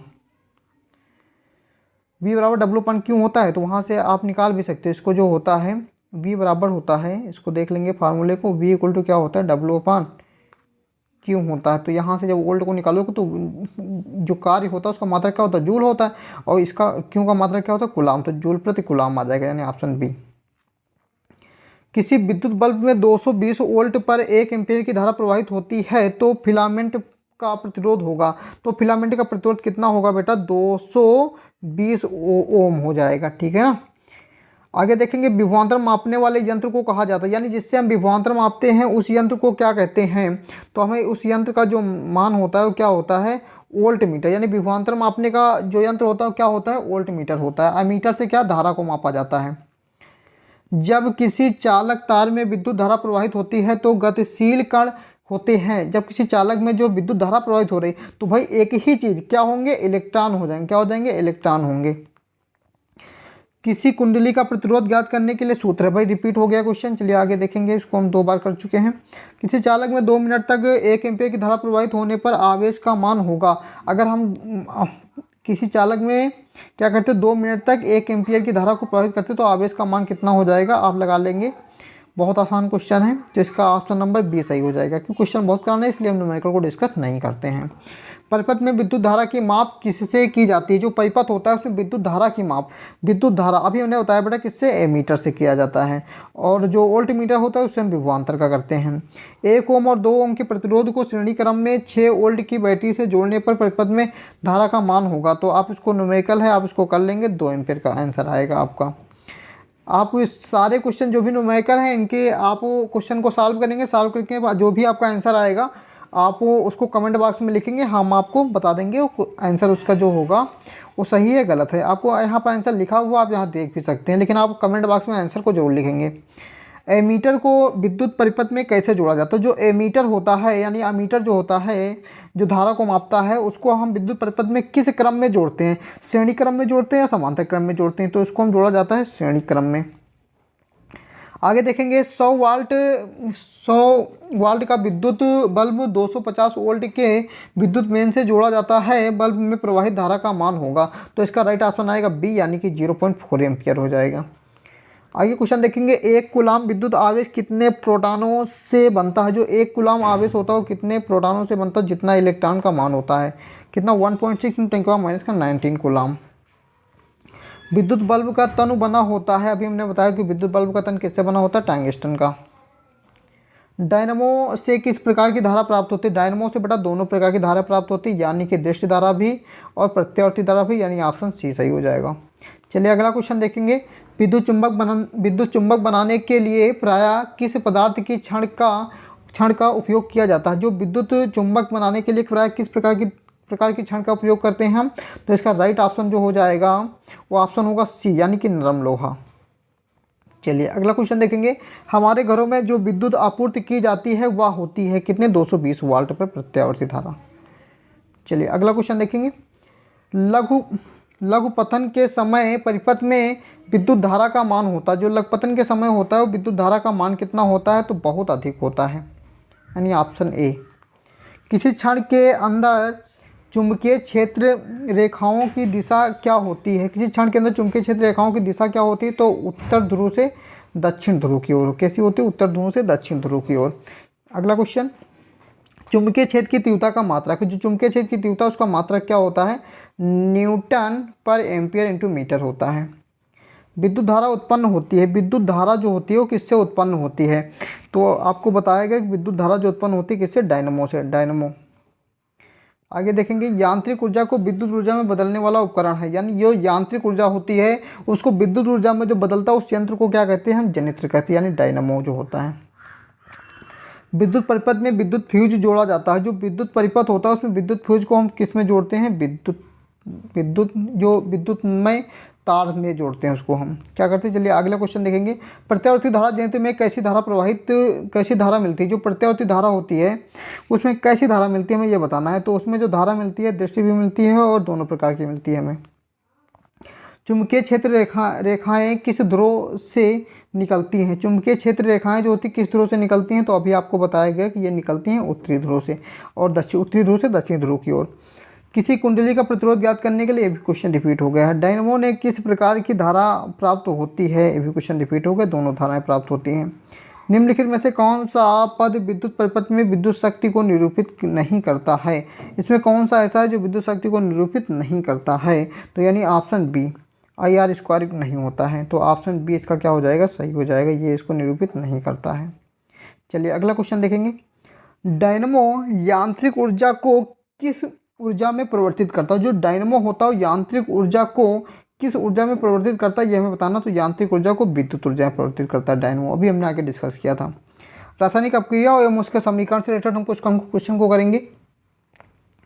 पहला क्वेश्चन जो दे रखा है वो दिया है ZnCuSO4 चेन टू ZnSO4 और प्लस Cu ऊपर दी गई रासायनिक अपक्रिया किस प्रकार की है? तो यहाँ देखो बेटा, यहाँ पर क्या हो रहा है, यहाँ देखो Zn था, Zn ने Cu को विस्थापित किया और Zn का स्थान ले ले, तो कैसी अपक्रिया हो जाएगी? विस्थापन अपक्रिया हो जाएगी। कैसी होगी? विस्थापन अपक्रिया।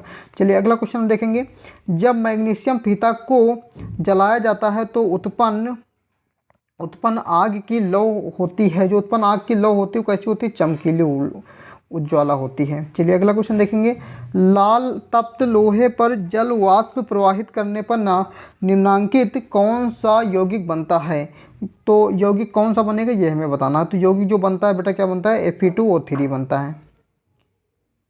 अगला क्वेश्चन देखेंगे। निम्न में से कौन सा बुझा हुआ चूना है?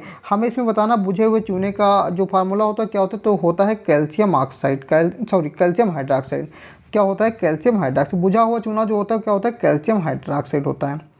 अगला हम देखेंगे निम्नलिखित में से कौन सही है। इसमें हमें बताना है कि इनमें से कौन सा सही है। अभी आपने पढ़ा है, इस क्वेश्चन को हम कर चुके हैं। Na2CO3.10H2O Na2SO4 और प्लस BaCl2 और BaSO4 चेन टू NaCl, ये अपक्रिया किस प्रकार की होगी? तो ये अपक्रिया जो हो जाएगी द्विविस्थापन। यानी यहाँ पर कितने विस्थापन हो? 2 विस्थापन हो रहे हैं। तो देखो यहाँ पर जो Na है वो Na बेटा क्या हो गया? NaCl में कन्वर्ट हो गया। Na जो है इसका स्थान ले लिया और जो Ba है वो इसका स्थान ले, 2 विस्थापन हो, दोनों यौगिक के एक दूसरे को क्या करें? विस्थापित कर रहे हैं। तो ये क्या हो जाएगा? यहाँ पर द्विविस्थापन हो जाएगा। आगे देखेंगे। एक जांच प्रणाली में लिए गए विलयन में एक लोहे की कील को डुबोया गया। आधे घंटे के बाद यह देखा गया कि विलयन का रंग परिवर्तित हो चुका है। उस जांच प्रणाली में क्या था? चलिए इसका कोई ऑप्शन नहीं दे रखा है, इसको हम बाद में डिस्कस करेंगे। आगे ये शायद, चलो ये क्वेश्चन रिपीट हो गए हैं 2 बार, तो इसका राइट ऑप्शन हो जाएगा बी, यानी क्या होगा? कॉपर सल्फेट हो जाएगा। चलिए आगे क्वेश्चन को देखेंगे। अपक्रिया किस प्रकार की अपक्रिया है? ये जो अपक्रिया है ये किस प्रकार की है? तो इसको हमें बताना कि अपक्रिया का प्रकार क्या होगा। तो यहाँ पर देखो बेटा क्या हो रहा है? हाइड्रोजन जुड़ रहा है, तो इसका मतलब क्या हो जाएगा? यहाँ पर अपचयन हो जाएगा। अगला क्वेश्चन देखेंगे हम। जब सोडियम हाइड्रोक्साइड जिंक से अपक्रिया करता है तो कौन सा उत्पाद बनता है? तो जो उत्पाद बनेगा वो कैसा बनेगा? उत्पाद बन जाएगा Na2। आपको ये सारी अपक्रिया ध्यान से देना है, ध्यान से देख लेना है इनको, सारी अपक्रियाएं जो हैं इंपॉर्टेंट हैं। अगला देखेंगे। जब सोडियम हाइड्रोक्साइड जिंक से अपक्रिया करता है तो कौन सा उत्पाद बनता है? यानी जब सोडियम हाइड्रोक्साइड जो जिंक से अपक्रिया करता है तो कौन सा उत्पाद बनता है? ये क्वेश्चन रिपीट हो गया, 2 बार हो गया है। CuO प्लस H2 चेन टू CO प्लस H2 किस प्रकार की अपक्रिया है? तो ये बेटा क्या होता है? अपचयन होता है। यहाँ पर देखो क्या हुआ? हाइड्रोजन जुड़ा है, तो क्या हो जाएगा? अपचयन हो जाएगा। ऑक्सीजन का निकलना और हाइड्रोजन का जुड़ना क्या कहलाता है? अपचयन। नीचे दी गई अपक्रिया में कौन सा कथन सही है? हमें इसमें बताना है कि कथन कौन सा सही है। भाई देखो कॉपर का क्या हो रहा है? ऑक्सीकरण हो रहा है, अभी हमने इसको डिस्कस किया है। कॉपर का क्या हो रहा है? ऑक्सीकरण हो रहा है। ऑक्सीजन का जुड़ना ऑक्सीकरण कहलाता है। निम्नलिखित में से कौन सा उत्पाद लेड नाइट्रेट को गर्म करने पर प्राप्त होता है? लेड नाइट्रेट को गर्म करने पर कौन सा उत्पाद प्राप्त होता है? तो ऑप्शन नंबर डी सही हो जाएगा। NO2 और क्या होता है? O2 हमें प्राप्त nitrate, nitrogen oxide, nitrogen dioxide और हमें क्या होता है? ऑक्सीजन। समीकरण किस प्रकार का समीकरण? हमें ये बताना है कि ये जो अपक्रिया दे रखी है किस प्रकार की अपक्रिया है। तो ये किस प्रकार की अपक्रिया है? वियोजन अपक्रिया है। आगे देखेंगे। लाल तप्त आयरन पर जल वाष्प प्रवाहित करने का कौन सा यौगिक प्राप्त होता है? अगर हम जल वाष्प को प्रवाहित करेंगे तो कौन सा यौगिक प्राप्त होगा? तो इसका ऑप्शन सी, जिसके क्वेश्चन रिपीट हो गया है, Fe2O3। चलिए अगला क्वेश्चन देखेंगे। सिल्वर क्लोराइड का रंग होता है, जो सिल्वर क्लोराइड होता है उसका रंग बेटा कैसा होता है? उसका रंग जो होता है श्वेत होता है। अगला फेरस सल्फेट क्रिस्टल का रंग होता है, जो फेरस सल्फेट होता है उस क्रिस्टल का रंग कैसा होता है? तो उसका रंग होता है हरा। नाइट्रोजन डाइऑक्साइड ने नाइट्रोजन डाइऑक्साइड के धुएं का रंग होता है, अभी आपको बताया कि धुएं का रंग कैसा होता है नाइट्रोजन डाइऑक्साइड के? भूरा होता है। ऑप्शन ए सही हो जाएगा। श्वसन किस प्रकार की अपक्रिया, जो श्वसन है वो किस प्रकार की अपक्रिया? श्वसन जो है एक प्रकार की क्या है? उपचयन अपक्रिया है। कैसी अपक्रिया है? उपचयन अपक्रिया है। उपचयन वह प्रक्रिया है जिसमें उपचयन में क्या होता है कि ऑक्सीजन का योग होता है, हाइड्रोजन का वियोग होता है और इलेक्ट्रॉन का त्याग होता है, यानी कि ये सभी होती हैं। ऑप्शन डी सही हो जाएगा। अगला क्वेश्चन है निम्नांकित में से कौन सा युग्म एकल विस्थापन अपक्रिया को प्रदर्शित करता है? इसमें से कौन सा ऐसा है जो एकल विस्थापन अपक्रिया को प्रदर्शित करता है? तो AgNO3। आगे देखेंगे अपक्रिया जिसमें आयनों का आदान प्रदान होता है। ऐसी अपक्रिया जिनमें आयनों का क्या होता है? आदान प्रदान होता है, तो क्या होता है? द्विविस्थापन होता है। अभी आपको आगे एक एग्जाम्पल के थ्रू बताया गया था। अपक्रिया किस प्रकार की है? तो यहाँ पर देखो क्या हो रहा है कि ऑक्सीजन तो अपचयन हो जाएगा, सॉरी ये क्या होगा? इसका ऑप्शन जो हो जाएगा अपचयन। जहाँ से क्या हो रहा है? ऑक्सीजन। चलिए अगला क्वेश्चन देखेंगे। वे अपक्रियाएं जिनमें उत्पाद के बनने के साथ साथ ऊष्मा भी उत्पन्न होती है, यानी वे अपक्रियाएं जिनमें उत्पाद के बनने के साथ साथ क्या होती है? ऊष्मा उत्पन्न होती है। तो ऊष्मा जिसमें उत्पन्न होती है उन अपक्रियाओं को हम क्या कहते हैं? ऊष्माक्षेपी कहते हैं, जिसमें ऊष्मा उत्पन्न होती है। और जिन अपक्रियाओं को कराने के लिए हमें ऊष्मा देनी पड़ती है वो क्या कहलाती है? ऊष्मा शोषी अपक्रिया कहलाती है। अपक्रिया के फलस्वरूप जो अगर ऊष्मा निकल रही तो बेटा क्या होगी? ऊष्माक्षेपी। और अगर ऊष्मा हमें देनी पड़े तो हमें क्या, वो अपक्रिया क्या होगी? ऊष्मा शोषी हो जाएगी। जैसे CO+O2 जो होता है change to CO2 plus energy निकलता है, तो क्या हो जाएगी? ये ऊष्माक्षेपी अपक्रिया हो जाएगी। चलिए आगे देखेंगे। लोहे पर जंग लगने की क्रिया को क्या कहते हैं? अगर लोहे पर जंग लग रहा है तो उस क्रिया को क्या बोलेंगे? संरक्षण। क्या बोलेंगे? संरक्षण। आपको क्वेश्चन के साथ में आंसर भी दिया है, आपको बाद में PDF में मिल जाएगी इसकी। आलू चिप्स की थैली में कौन सी गैस भरी जाती है? जो आलू चिप्स की थैली होती है उसमें कौन सी गैस भरी जाती है? तो उसमें गैस भरी जाती है हीलियम। आगे क्वेश्चन देखेंगे। AB+CD चेन टू AB+CD हो रहा है, तो यहाँ पर कौन सी होगी? उभय विस्थापन हो जाएगा। यहाँ पर दोनों विस्थापन हो, द्विविस्थापन भी हो सकता है। दूध से दही बनना कौन सा परिवर्तन है? अभी हमने आगे डिस्कस किया था कि अगर दूध से दही बन रहा है तो किस प्रकार परिवर्तन होगा? रासायनिक परिवर्तन हो जाएगा। आगे देखेंगे बेटा, दूध से दही बनना कैसा परिवर्तन है? अभी हमने डिस्कस किया इसको। रासायनिक अपक्रिया में भाग लेने वाले पदार्थ को कहते हैं, जो रासायनिक अपक्रिया में भाग लेते हैं तो उनको क्या कहते हैं? अभिकारक कहते हैं। अभिकारक के फल अपक्रिया के फलस्वरूप जो भी बनता है उसे हम क्या कहते हैं? उत्पाद कहते हैं। तो रासायनिक अपक्रिया में भाग लेने वाले जो पदार्थ होते हैं उनको क्या बोलते हैं बेटा? अभिकारक बोलते हैं। वे अभिक्रियाएं जिनके घटित होने में ऊर्जा अवशोषित होती कहलाते हैं। जिसमें क्या होती है? ऊर्जा अवशोषित होती है, उनको हम क्या बोलते हैं भाई? ऊर्जा अवशोषित हो रही तो इसका मतलब ऊष्मा शोषी अपक्रिया होगी, यानी ऊष्मा हमें देनी पड़ रही। अगर ऊष्मा निकल रही है बाहर तो क्या हो जाएगी? ऊष्माक्षेपी हो जाएगी। आगे देखेंगे। शरीर में भोजन का पाचन किस प्रकार की अपक्रिया है? अगर शरीर में भोजन का पाचन जो हो रहा है किस प्रकार की प्रक्रिया है? तो उपचयन है। आगे देखेंगे क्वेश्चन को। अम्ल और क्षार के बीच अपक्रिया होने पर लवण तथा जल बनते हैं, यह अपक्रिया कहलाती है। जब हम किसी अपक्रिया में क्या करते हैं? अम्ल और क्षार की अपक्रिया कहलाती है। यानी जैसे अम्ल हो गया HCl और क्षार हो गया NaOH, तो वहाँ से जो बनता है वो क्या बनता है? यहाँ पर NaCl बन जाता है और प्लस क्या निकल जाता है बेटा? H2O निकलता था। क्या निकलता है? H2O। तो ये क्या होता है? लवण होता है। क्या होता है? जल होता है। तो ये अपक्रिया क्या कहलाती है? उदासीनीकरण अपक्रिया कहलाती है। ऑप्शन सी सही हो जाएगा। अगला क्वेश्चन देखेंगे। वसा युक्त अथवा तैलीय खाद्य सामग्री को जब लंबे समय तक रख दिया जाता है तो वह विकृत गंधी हो जाती है, इसका कारण है। इसका कारण क्या है? तो इसका कारण है अपचयित हो जाना। क्या हो जाना? अपचयित हो जाना। अगला क्वेश्चन देखेंगे। प्राकृतिक गैस यानी कि जो मीथेन का दहन करते हैं तो मीथेन के दहन करने पर क्या होता है? विस्थापन प्रतिक्रिया होती है। कैसी प्रक्रिया होती है? विस्थापन। बार बार क्या होता है? इसको हाइड्रोजन जो होता है वहाँ विस्थापित हो जाता है। निम्नलिखित में से कौन सा पदार्थ बिना ज्वाला के जलता है? इसमें से कौन सा ऐसा पदार्थ है जो बिना ज्वाला के जलता है? तो इसका ऑप्शन हो जाएगा सी, यानी कोयला। चलिए अगला क्वेश्चन देखेंगे। बेकिंग पाउडर है, जो बेकिंग पाउडर है वो कैसा है? तो बेकिंग पाउडर क्या है? प्रकार मिश्रण है। निम्नांकित में कौन क्षारक है, हमें बताना है कि इनमें से क्षारक कौन सा है। तो इसमें से जो क्षारक होता है क्या होता है, ZnO होता है। आगे देखेंगे उदासीन विलयन का पीएच मान होता है। जो उदासीन विलयन का पीएच मान होता है बेटा कितना होता है, 7 होता है। मैंने आपको अभी बताया था आगे फिगर बना के। जल में घुलनशील क्षारक होते हैं, जो जल में घुल जाते हैं उनको क्या कहते हैं, वो क्या कहलाते हैं, क्षार कहलाते हैं। आगे क्वेश्चन देखेंगे तन HCl का पीएच मान होता है। जो तन HCl होता है उसका पीएच मान कितना होता है, तो पीएच मान होता है उसका 0 होता है। आगे देखेंगे हम धातु के ऑक्साइड होते हैं। जो धातुएं होती हैं उनके ऑक्साइड कैसे होते हैं, तो धातु के ऑक्साइड जो होते हैं बेटा क्षारक होते हैं। तो अधातुओं के जितने भी ऑक्साइड होते हैं वो कैसे होते हैं, अम्लीय होते हैं। और धातु के ऑक्साइड होते हैं कैसे होते हैं, क्षारीय होते हैं। तो इसका ऑप्शन कौन होगा, ऑप्शन बी सही हो जाएगा। निम्नलिखित में से कौन सा अम्ल है, हमें इसमें बताना है कि इनमें कौन सा अम्ल है। तो इसमें अम्ल जो कौन सा है, HCl है। जिनके साथ हाइड्रोजन होता है वही क्या होते हैं, अम्ल कहलाते हैं। सिल्वर क्लोराइड AgCl का रंग होता है। जो सिल्वर क्लोराइड होता है उसमें AgCl का रंग कैसा होता है, आपको डिस्कस किया गया, श्वेत रंग होता है। निम्न में से कौन सबसे अधिक अम्लीय है, हमें यह बताना है कौन सबसे अधिक अम्लीय है। तो बेटा अम्लीय के लिए हमने बताया कि जिसका पीएच मान सबसे कम हो वही क्या होता है, सबसे ज़्यादा अम्लीय होता है। चलिए आगे देखेंगे निम्नांकित में से कौन लवण है। इसमें हमें बताना है कि इसमें कौन सा ऐसा है जो क्या है, लवण है। तो हमने अभी एक अपक्रिया आपको बताई कि HCl + NaO जब क्रिया करते हैं तो क्या बनता है, NaCl बनता है। तो NaCl क्या होगा, एक लवण हो जाएगा। उदासीनीकरण क्रिया, सल्फ्यूरिक अम्ल का अणुसूत्र होता है। जो सल्फ्यूरिक अम्ल होता है उसका अणुसूत्र क्या होता है, तो H2SO4 होता है। क्या होता है, H2SO4 सल्फ्यूरिक अम्ल।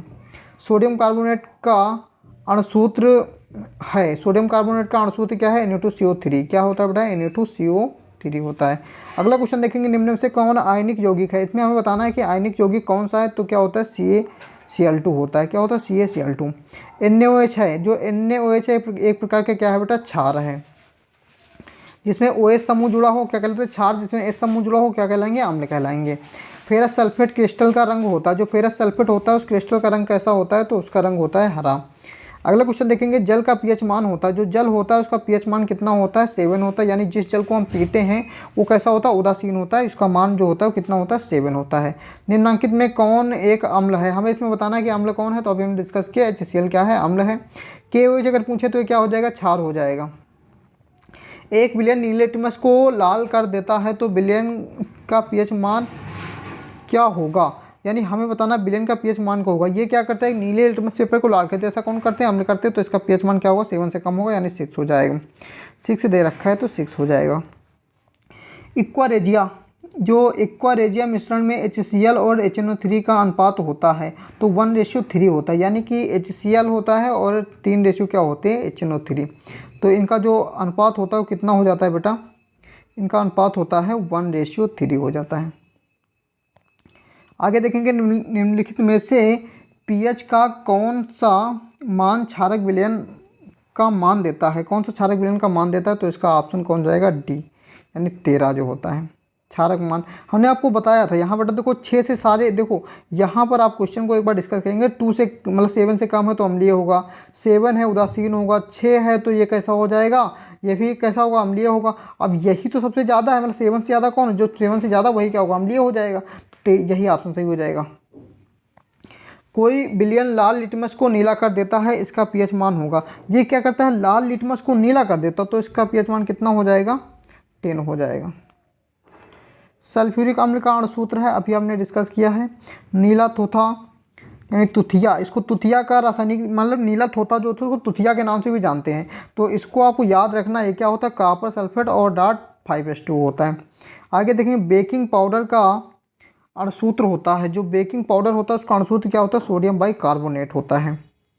अगला क्वेश्चन देखेंगे ग्लूकोज का रासायनिक सूत्र C6H12O6 होता है ग्लूकोज। खड़िया का रासायनिक सूत्र, जो खड़िया होती है उसका रासायनिक सूत्र क्या होता है, कैल्शियम कार्बोनेट होता है। क्या होता है, कैल्शियम कार्बोनेट ने CaCO3। विरंजक चूर्ण का रासायनिक सूत्र है, जो विरंजक चूर्ण होता है उसका रासायनिक सूत्र क्या होता है, कैल्शियम ऑक्सीक्लोराइड। क्या होता है, कैल्शियम ऑक्सीक्लोराइड CaOCl2। निम्न में से कौन सा अम्ल नहीं है। इसमें हमें बताना बेटा कौन सा ऐसा है जो अम्ल नहीं है। तो हमने कहा भाई वो सभी जिनके साथ H इसके साथ है, H इसके साथ है, H इसके साथ है। लेकिन यहाँ देखो OH समूह आ गए तो इसका मतलब ये क्या हो जाएगा, जो ये होगा ये क्या होगा, क्षार कहलाएगा। बाकी सारे क्या हैं, हमारे अम्ल हैं। ये सारे क्या हैं, अम्ल हैं। चलिए अगला क्वेश्चन देखेंगे। निम्नांकित यौगिक में कौन सा अम्ल है, तो हमें इसमें बताना है अम्ल कौन, तो अम्ल कौन सा होगा, H2SO4 समसल्फ्यूरिक अम्ल, ऑप्शन बी। सक्रिय धातु अम्ल में विस्थापित करती हैं, जो सक्रिय धातुएं होती हैं वो अम्ल में से किसको विस्थापित करते हैं, तो हाइड्रोजन को विस्थापित करती हैं, किसको, हाइड्रोजन को। अगला क्वेश्चन, निम्न कोई विलयन लाल लिटमस को नीला कर देता है तो इसका पीएच मान कितना होगा, तो इसका पीएच मान कितना हो जाएगा, डी, यानी ऑप्शन 10। जल का पीएच मान होता है, तो जल का पीएच मान कितना होता है, 7 होता है। विरंजन के लिए प्रयुक्त होता है, विरंजन के लिए हम किसका प्रयोग करते हैं, तो ब्लीचिंग पाउडर का प्रयोग करते हैं। अगला क्वेश्चन देखेंगे, जल को जीवाणु रहित बनाने के लिए उपयोगी पदार्थ है, जल को अगर जीवाणु रहित बनाना है तो उपयोगी पदार्थ इसमें से कौन सा होगा, तो इसमें जो क्या होता है, विरंजक चूर्ण हम मिलाते हैं। आगे देखिए, बहते हुए रक्त को रोकने के लिए किस यौगिक का उपयोग किया जाता है, तो फैक्ट्री का, कौन सा, फैक्ट्री। एरोमेटिक अम्ल में अम्लीय हाइड्रोजन परमाणु की संख्या है, जो अम्लीय हाइड्रोजन परमाणु की संख्या है वो कितनी है। एरोमेटिक यौगिक में अम्लीय हाइड्रोजन परमाणु की संख्या कितनी होती है, 1 होती है। कितनी, 1, क्योंकि यहाँ पर जो क्या होता है, एरोमेटिक जो यौगिक होता है CH3COOH होता, तो यहाँ पर देखो एक ही H तो है, तो यहाँ पर कितने हाइड्रोजन की संख्या होती है, 1 होती है। आगे बेटा देखेंगे, इसमें निम्न में से कौन सा पदार्थ ऊर्ध्वपातन गुण प्रदर्शित करता है, इनमें से कौन सा है जो ऊर्ध्वपातन गुण को प्रदर्शित करता है, तो जो है अमोनियम क्लोराइड करता है, NH4Cl। पोटास एलम यानी कि फिटकरी का रासायनिक सूत्र है K2SO4 L2SO4.24H2, तो इसका ऑप्शन कौन जाएगा, सी सही हो जाएगा, K2SO4.L2SO4 का होल थ्रेड .24H2 वो हो जाएगा। चलिए आगे देखिए, निम्नांकित विलयन में कौन सबसे अधिक अम्लीय है, तो सबसे अधिक अम्लीय पूछा, इसका हमने डिस्कस कर चुके हैं, तो कितना हो जाएगा, 1। जिसका पीएच मान सबसे कम वही सबसे अधिक अम्लीय हो जाएगा। बहुक्षारक अम्ल के आंशिक उदासीनीकरण होने से प्राप्त होता है, क्या प्राप्त होता है, अम्ल और लवण प्राप्त होते हैं। चलिए, निम्नांकित में कौन क्षारकीय ऑक्साइड है, भाई यहाँ हमें क्षारकीय ऑक्साइड बताना है, तो बेटा जितने अधातुएं होती हैं वो क्या होते हैं, देखो जितने अधातुएं होते हैं उनके ऑक्साइड क्या होते हैं, अम्लीय होते हैं, जितनी धातुएं होती हैं उनके ऑक्साइड क्या होते हैं, क्षारकीय होते हैं। तो यहाँ सोडियम क्या है, सोडियम एक प्रकार का धातु है, तो इसका क्या हो जाएगा, क्षारकीय हो जाएगा। चलिए आगे देखेंगे, निम्नांकित में से कौन अम्लीय ऑक्साइड, अब इसमें क्या पूछा है, अम्लीय ऑक्साइड, तो क्या हो जाएगा, SO2 हो जाएगा, क्या होगा, SO2 हो जाएगा, सल्फर डाइऑक्साइड। PbOH और NO3 किस प्रकार का लवण है, हमें यह बताना है, तो ये कैसा लवण है, क्षारकीय लवण है, कैसा है, क्षारकीय। आगे देखेंगे, हमारा शरीर पीएच मान के परिसर में सही तरीके से कार्य करता है, भाई कितने % में, हमको इसको डिस्कस कर चुके हैं हम, 7.78 तक। अम्ल वर्षा कहलाने के लिए आवश्यक है कि वर्षा के जल का पीएच मान होना चाहिए, जो अम्ल वर्षा कहलाने के लिए जो वर्षा होती है उसका पीएच मान कितना होना चाहिए, तो कितना हो, 5.6 से कम हो तो वो क्या कहलाएगी, अम्ल वर्षा कहलाएगी। मिल्क ऑफ मैग्नीशिया अर्थात MgOH का होल मैग्नीशियम हाइड्रोक्साइड के जलीय विलयन का निम्नांकित में से किस रूप में उपयोग किया जाता है, तो इसका हम करते हैं एंटासिड के रूप में। हाँ, अगला हम इस चैप्टर का जितने भी इंपॉर्टेंट क्वेश्चन उसको देखेंगे। विद्युत अपघटनीय परिष्करण में अशुद्ध धातु को बनाया जाता है, अशुद्ध धातु को क्या बनाया जाता है, एनोड बनाया जाता है।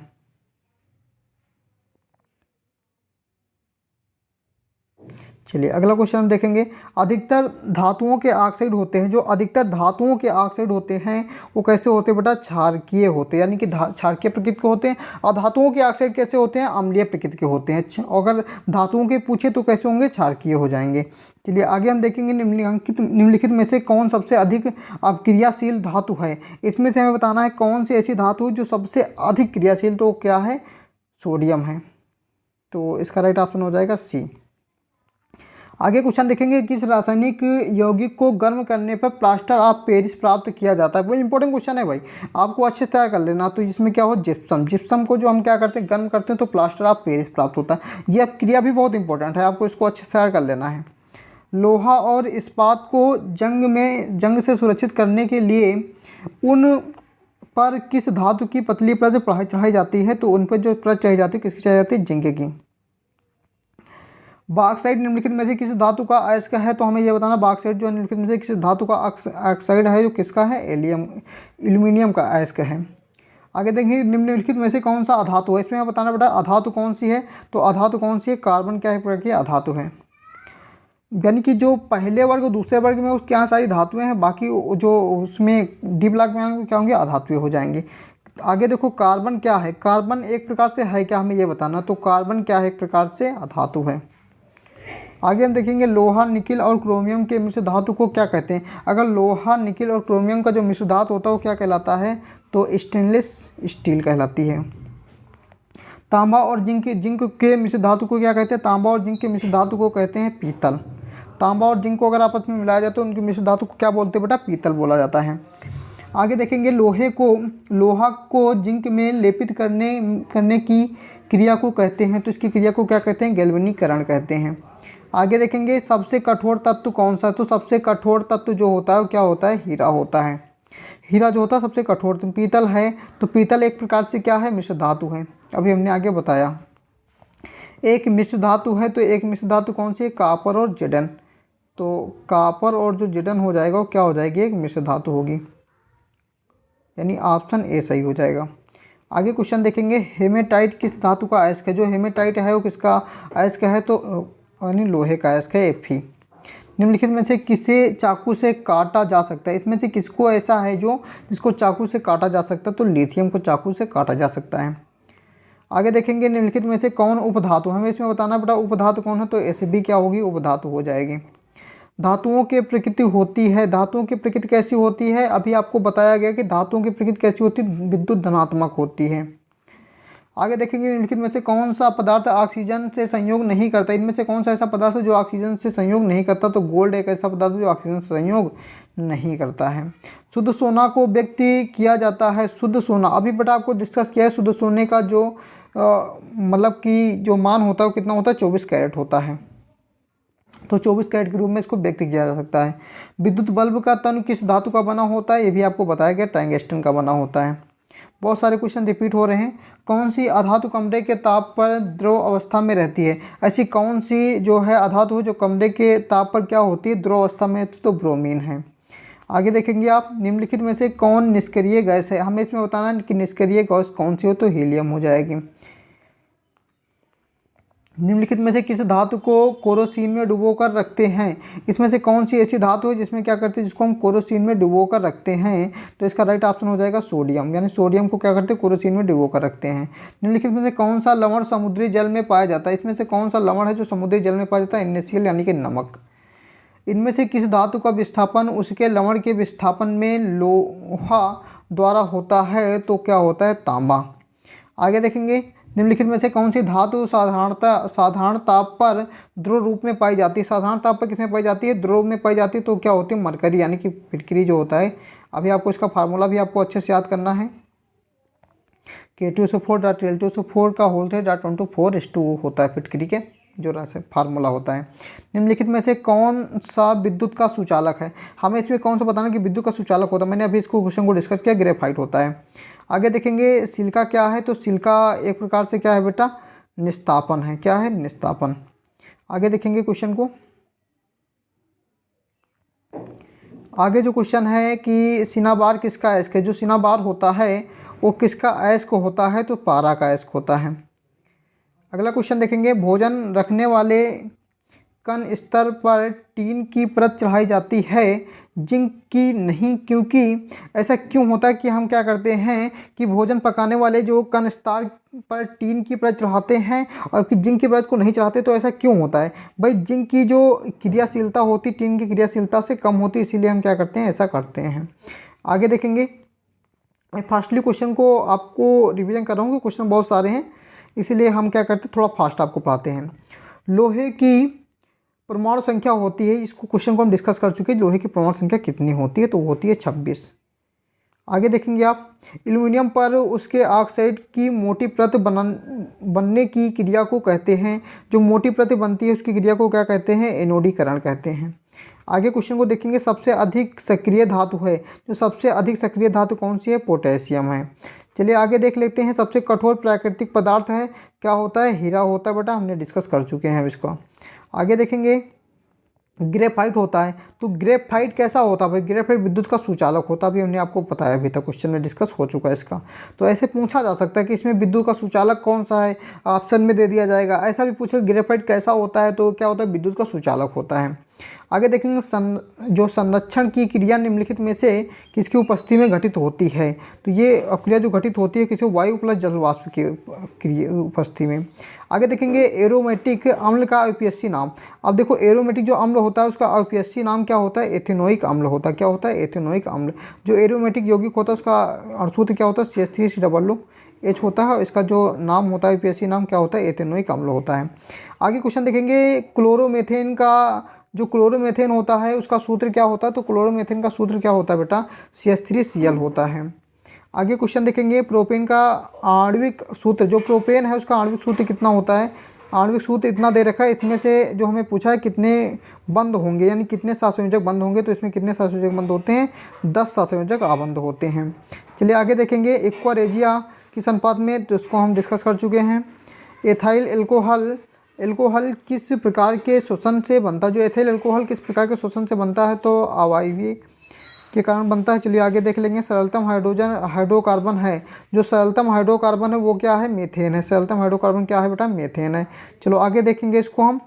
एथिलीन में कार्बन के बीच 2 आबंध मौजूद हैं जिनमें जो है सिग्मा और पाई बंध हमें बताना है। तो इसमें कितना, एक सिग्मा बंध होता है और एक क्या होता है, पाई बंध होता है एथिलीन में। चलिए इसको हम आपको दिखा भी देते हैं। देखो एथिलीन का मतलब क्या, 2 होते हैं ना, C2H2 होता है। क्या होता है, C2H2 होता है। इसकी जब संरचना आप बनाएंगे तो क्या होगा, C हो जाएगा और यहाँ क्या होगा, H हो जाएगा। यहाँ पे क्या हो जाएगा, H हो जाएगा ना। तो इसमें क्या होता है, एक सिग्मा बंध होता है, एक क्या होता है, पाई बंध होता है। चलो आगे देखो एथेन में कितने सहसंयोजक बंध होते हैं। तो एथेन में कितने सहसंयोजक बंध होते हैं, तो एथेन में बेटा कितने, 7 सहसंयोजक आबंध होते हैं। मीथेन में कितने सहसंयोजक आबंध होते हैं। तो मीथेन में जो सहसंयोजक आबंध होते हैं कितने होते हैं, 4 होते हैं। चलिए आगे देखेंगे नाइट्रोजन अणु में कितने सहसंयोजक बंधन होते हैं। जो नाइट्रोजन अणु में कितने सहसंयोजक बंधन होते हैं, तो उसमें होते हैं 3। आगे क्वेश्चन देखेंगे CnH2n+2 किसका समान सूत्र होता है। तो ये किसका होता है, एल्केन का होता है। हम इसको डिस्कस कर चुके हैं। ये सारे रिपीटेड क्वेश्चन हो रहे हैं क्या। ऊर्जा का एसआई मात्रक है। जो ऊर्जा का एसआई मात्रक क्या होता है, जूल होता है। आगे देखेंगे जल विद्युत संयंत्र किस ऊर्जा को विद्युत ऊर्जा में रूपांतरित करता है। तो ये रूपांतरित करता है किसको, नाभिकीय ऊर्जा को। अगला क्वेश्चन है बेंजीन का अणुसूत्र है। तो हम इसको डिस्कस कर चुके, C6H6 होगा। आगे देखेंगे निम्न में से किस हाइड्रोकार्बन में 3 आबंध होते हैं। सारे क्वेश्चन डिस्कस कर चुके हैं। कार्बोनिल ग्रुप प्रतिकारक कौन सा है। जो कार्बोनिल ग्रुप का प्रतिकारक कौन सा, CHO। एथेनॉल का क्रियाशील मूलक है। जो एथेनॉल में आल आ गया तो इसका मतलब OH हो जाएगा। क्या होगा, OH हो जाएगा। आगे देखेंगे एथाइल एल्कोहल का अणुसूत्र होता है। जो एथाइल एल्कोहल होता है उसका अणुसूत्र क्या होता है, C2H5OH होता है, यानी एथिल एल्कोहल बोलते हैं इसको। निम्न में से कौन सा आयनिक यौगिक है। इसमें हमें बताना बेटा कि आयनिक यौगिक कौन सा है। तो क्या होगा, कैल्शियम क्लोराइड होता है। ग्लूकोज का आणविक सूत्र है, हम डिस्कस कर चुके हैं। कैल्शियम कार्बाइड जल के साथ अपक्रिया करके देता है। जो कैल्शियम कार्बाइड होता है जल के साथ अपक्रिया करके क्या देता है, एथाइन देता है। आगे क्वेश्चन देखिए निम्नलिखित में से कौन सा एरोमेटिक यौगिक है। तो एरोमेटिक यौगिक जो बेटा होता है क्या होता है, बेंजीन होता है। आगे देखेंगे विरंजक चूर्ण का रासायनिक सूत्र है। हम डिस्कस कर चुके COCl2 क्या होता है, विरंजक चूर्ण का रासायनिक सूत्र होता है। आगे देखेंगे प्राकृतिक रबर किसका बहुलक है। जो प्राकृतिक रबर होती है वो किसका बहुलक होती है, तो आइसोप्रीन का बहुलक होती है। निम्नलिखित में से कौन सबसे अधिक अपक्रियाशील है। इसमें हमें बताना है कि सबसे अधिक अपक्रियाशील कौन सा है। तो कॉपर क्या होता है, सबसे अधिक अपक्रियाशील हो, क्योंकि विद्युत सक्रियता श्रेणी में क्या होता है, सबसे ऊपर होता है। मीथेन के दहन से प्राप्त होता है। तो मीथेन के दहन से क्या प्राप्त होता है, मैं ये बताना, तो CO2 प्राप्त होती है, यानी कार्बन डाइऑक्साइड गैस प्राप्त होती है। एल्काइन है। तो एल्काइन क्या है, इसमें से हमें बताना है कि एल्काइन का फार्मूला कौन सा है। तो क्या है, C2H2 होता है, जिसमें ट्रिपल बॉन्ड पाए जाते हैं भाई। C2H2 जिसमें क्या होते हैं, ट्रिपल बॉन्ड पाए जाते हैं। तो यहाँ देखो ये होता है ना C और ये H, एक H यहाँ जुड़ा होता है, एक H यहाँ जुड़ा होता है, इसमें ट्रिपल बॉन्ड होते हैं। तो कैसा हो जाएगा, एल्काइन हो जाएगा। चलिए आगे देखेंगे निम्नलिखित कार्बनिक यौगिक में कौन सा यौगिक एल्काइन है। तो इसमें हमें बताना कौन सा यौगिक ऐसा है जो क्या है भाई, एल्काइन है। क्या बताया है, एल्काइन है। तो एसिटिलीन हो जाएगा। अगला क्वेश्चन देखेंगे एथीन के एक अणु में 2 कार्बन परमाणु के बीच आबंध की संख्या कितनी होती है। 2 कार्बन परमाणु के बीच जो आबंध की संख्या होती है वो कितनी होती है भाई, वो होती है 2। अगला देखेंगे कार्बन यौगिक में कार्बन की संयोजकता होती है। कार्बन यौगिक में जो होती है वो कार्बन की संयोजकता 4 होती है। मीथेन किसका उदाहरण है, मैं ये बताना। जो मीथेन होता है बेटा वो संतृप्त हाइड्रोकार्बन का उदाहरण होता है। एथेन का आणविक सूत्र C2H6 है, जिसमें ये हम डिस्कस कर चुके हैं। एल्केन में कार्बन परमाणु के बीच बंधन का प्रकार होता है तो कैसा होता है, एकल बंधन होता है जो एल्केन होता है भाई। जैसे मेथेन में ले लो तो देखो सारे क्या होते हैं, एकल बंधन से जुड़े होते हैं। जितने 4 हाइड्रोजन होते हैं चारों क्या होते हैं, एकल बंधन से जुड़े हुए होते हैं। तो इसमें कैसे बंध होते हैं, एकल बंध होता है। एथिलीन का IUPAC नेम है, एथिलीन का जो IUPAC नेम होता है वो क्या होता है, एथीन होता है। क्या होता है, एथीन। चलिए, एथेनॉल को सांद्र H2SO4 के साथ 170 डिग्री सेल्सियस पर गर्म करने पर बनता है तो क्या बनता है, C2H4 बनता है। आगे देखेंगे C2H6 का आणविक द्रव्यमान है। C2H6 का आणविक द्रव्यमान जब आप निकालेंगे तो कितना निकलेगा, 78।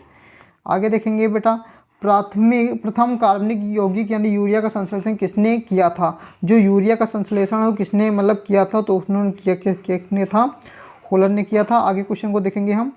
आधुनिक आवर्त नियम के अनुसार तत्वों का गुणधर्म होता है। भाई ये सारे क्वेश्चन आगे भी रिपीटेड क्वेश्चन ही है, हमें लग रहा है कि हाँ ये सारे क्वेश्चन हम डिस्कस कर चुके हैं। तो आप इन क्वेश्चन को अच्छे से देख लेंगे। इसमें कुछ क्वेश्चन ऐसे भी होंगे जो हमने अभी डिस्कस नहीं किया है। जैसे ये सारे क्वेश्चन हैं कि किसी गोलीय दर्पण की फोकस दूरी 10 सेंटीमीटर, इसकी वक्रता त्रिज्या क्या होगी। तो ये सारे क्वेश्चन यहाँ पर दिए हुए हैं, आप इनको अच्छे से देख लेंगे। और ये क्वेश्चन बेटा दिया है कि वाहन में उत्तल दर्पण के पश्च दृश्य में दर्पण के रूप में वरीयता क्यों दिया जाता है, जो उत्तल दर्पण को दिया जाता है। तो ये सारे क्वेश्चन बहुत सारा इंपॉर्टेंट हैं, तो आप इनको अच्छे से पढ़ लेंगे। देखिए यहाँ पर उपयोग भी दे रखे हैं और ये सारे क्वेश्चन एक बार हम डिस्कस कर चुके हैं, लेकिन कुछ क्वेश्चन ऐसे भी हैं जिनका हम डिस्कस अभी तक नहीं किए हैं। तो आपको इनको अच्छे से देख लेना है। आपको ये PDF जो है, आपको अभी एक दूसरी वीडियो आएगी जो शॉर्ट वीडियो होगी। उस शॉर्ट वीडियो में आपको इस क्वेश्चन की सारी PDF देखने को मिलेगी। तो आशा करते हैं आपको वीडियो बहुत अच्छी लगी होगी।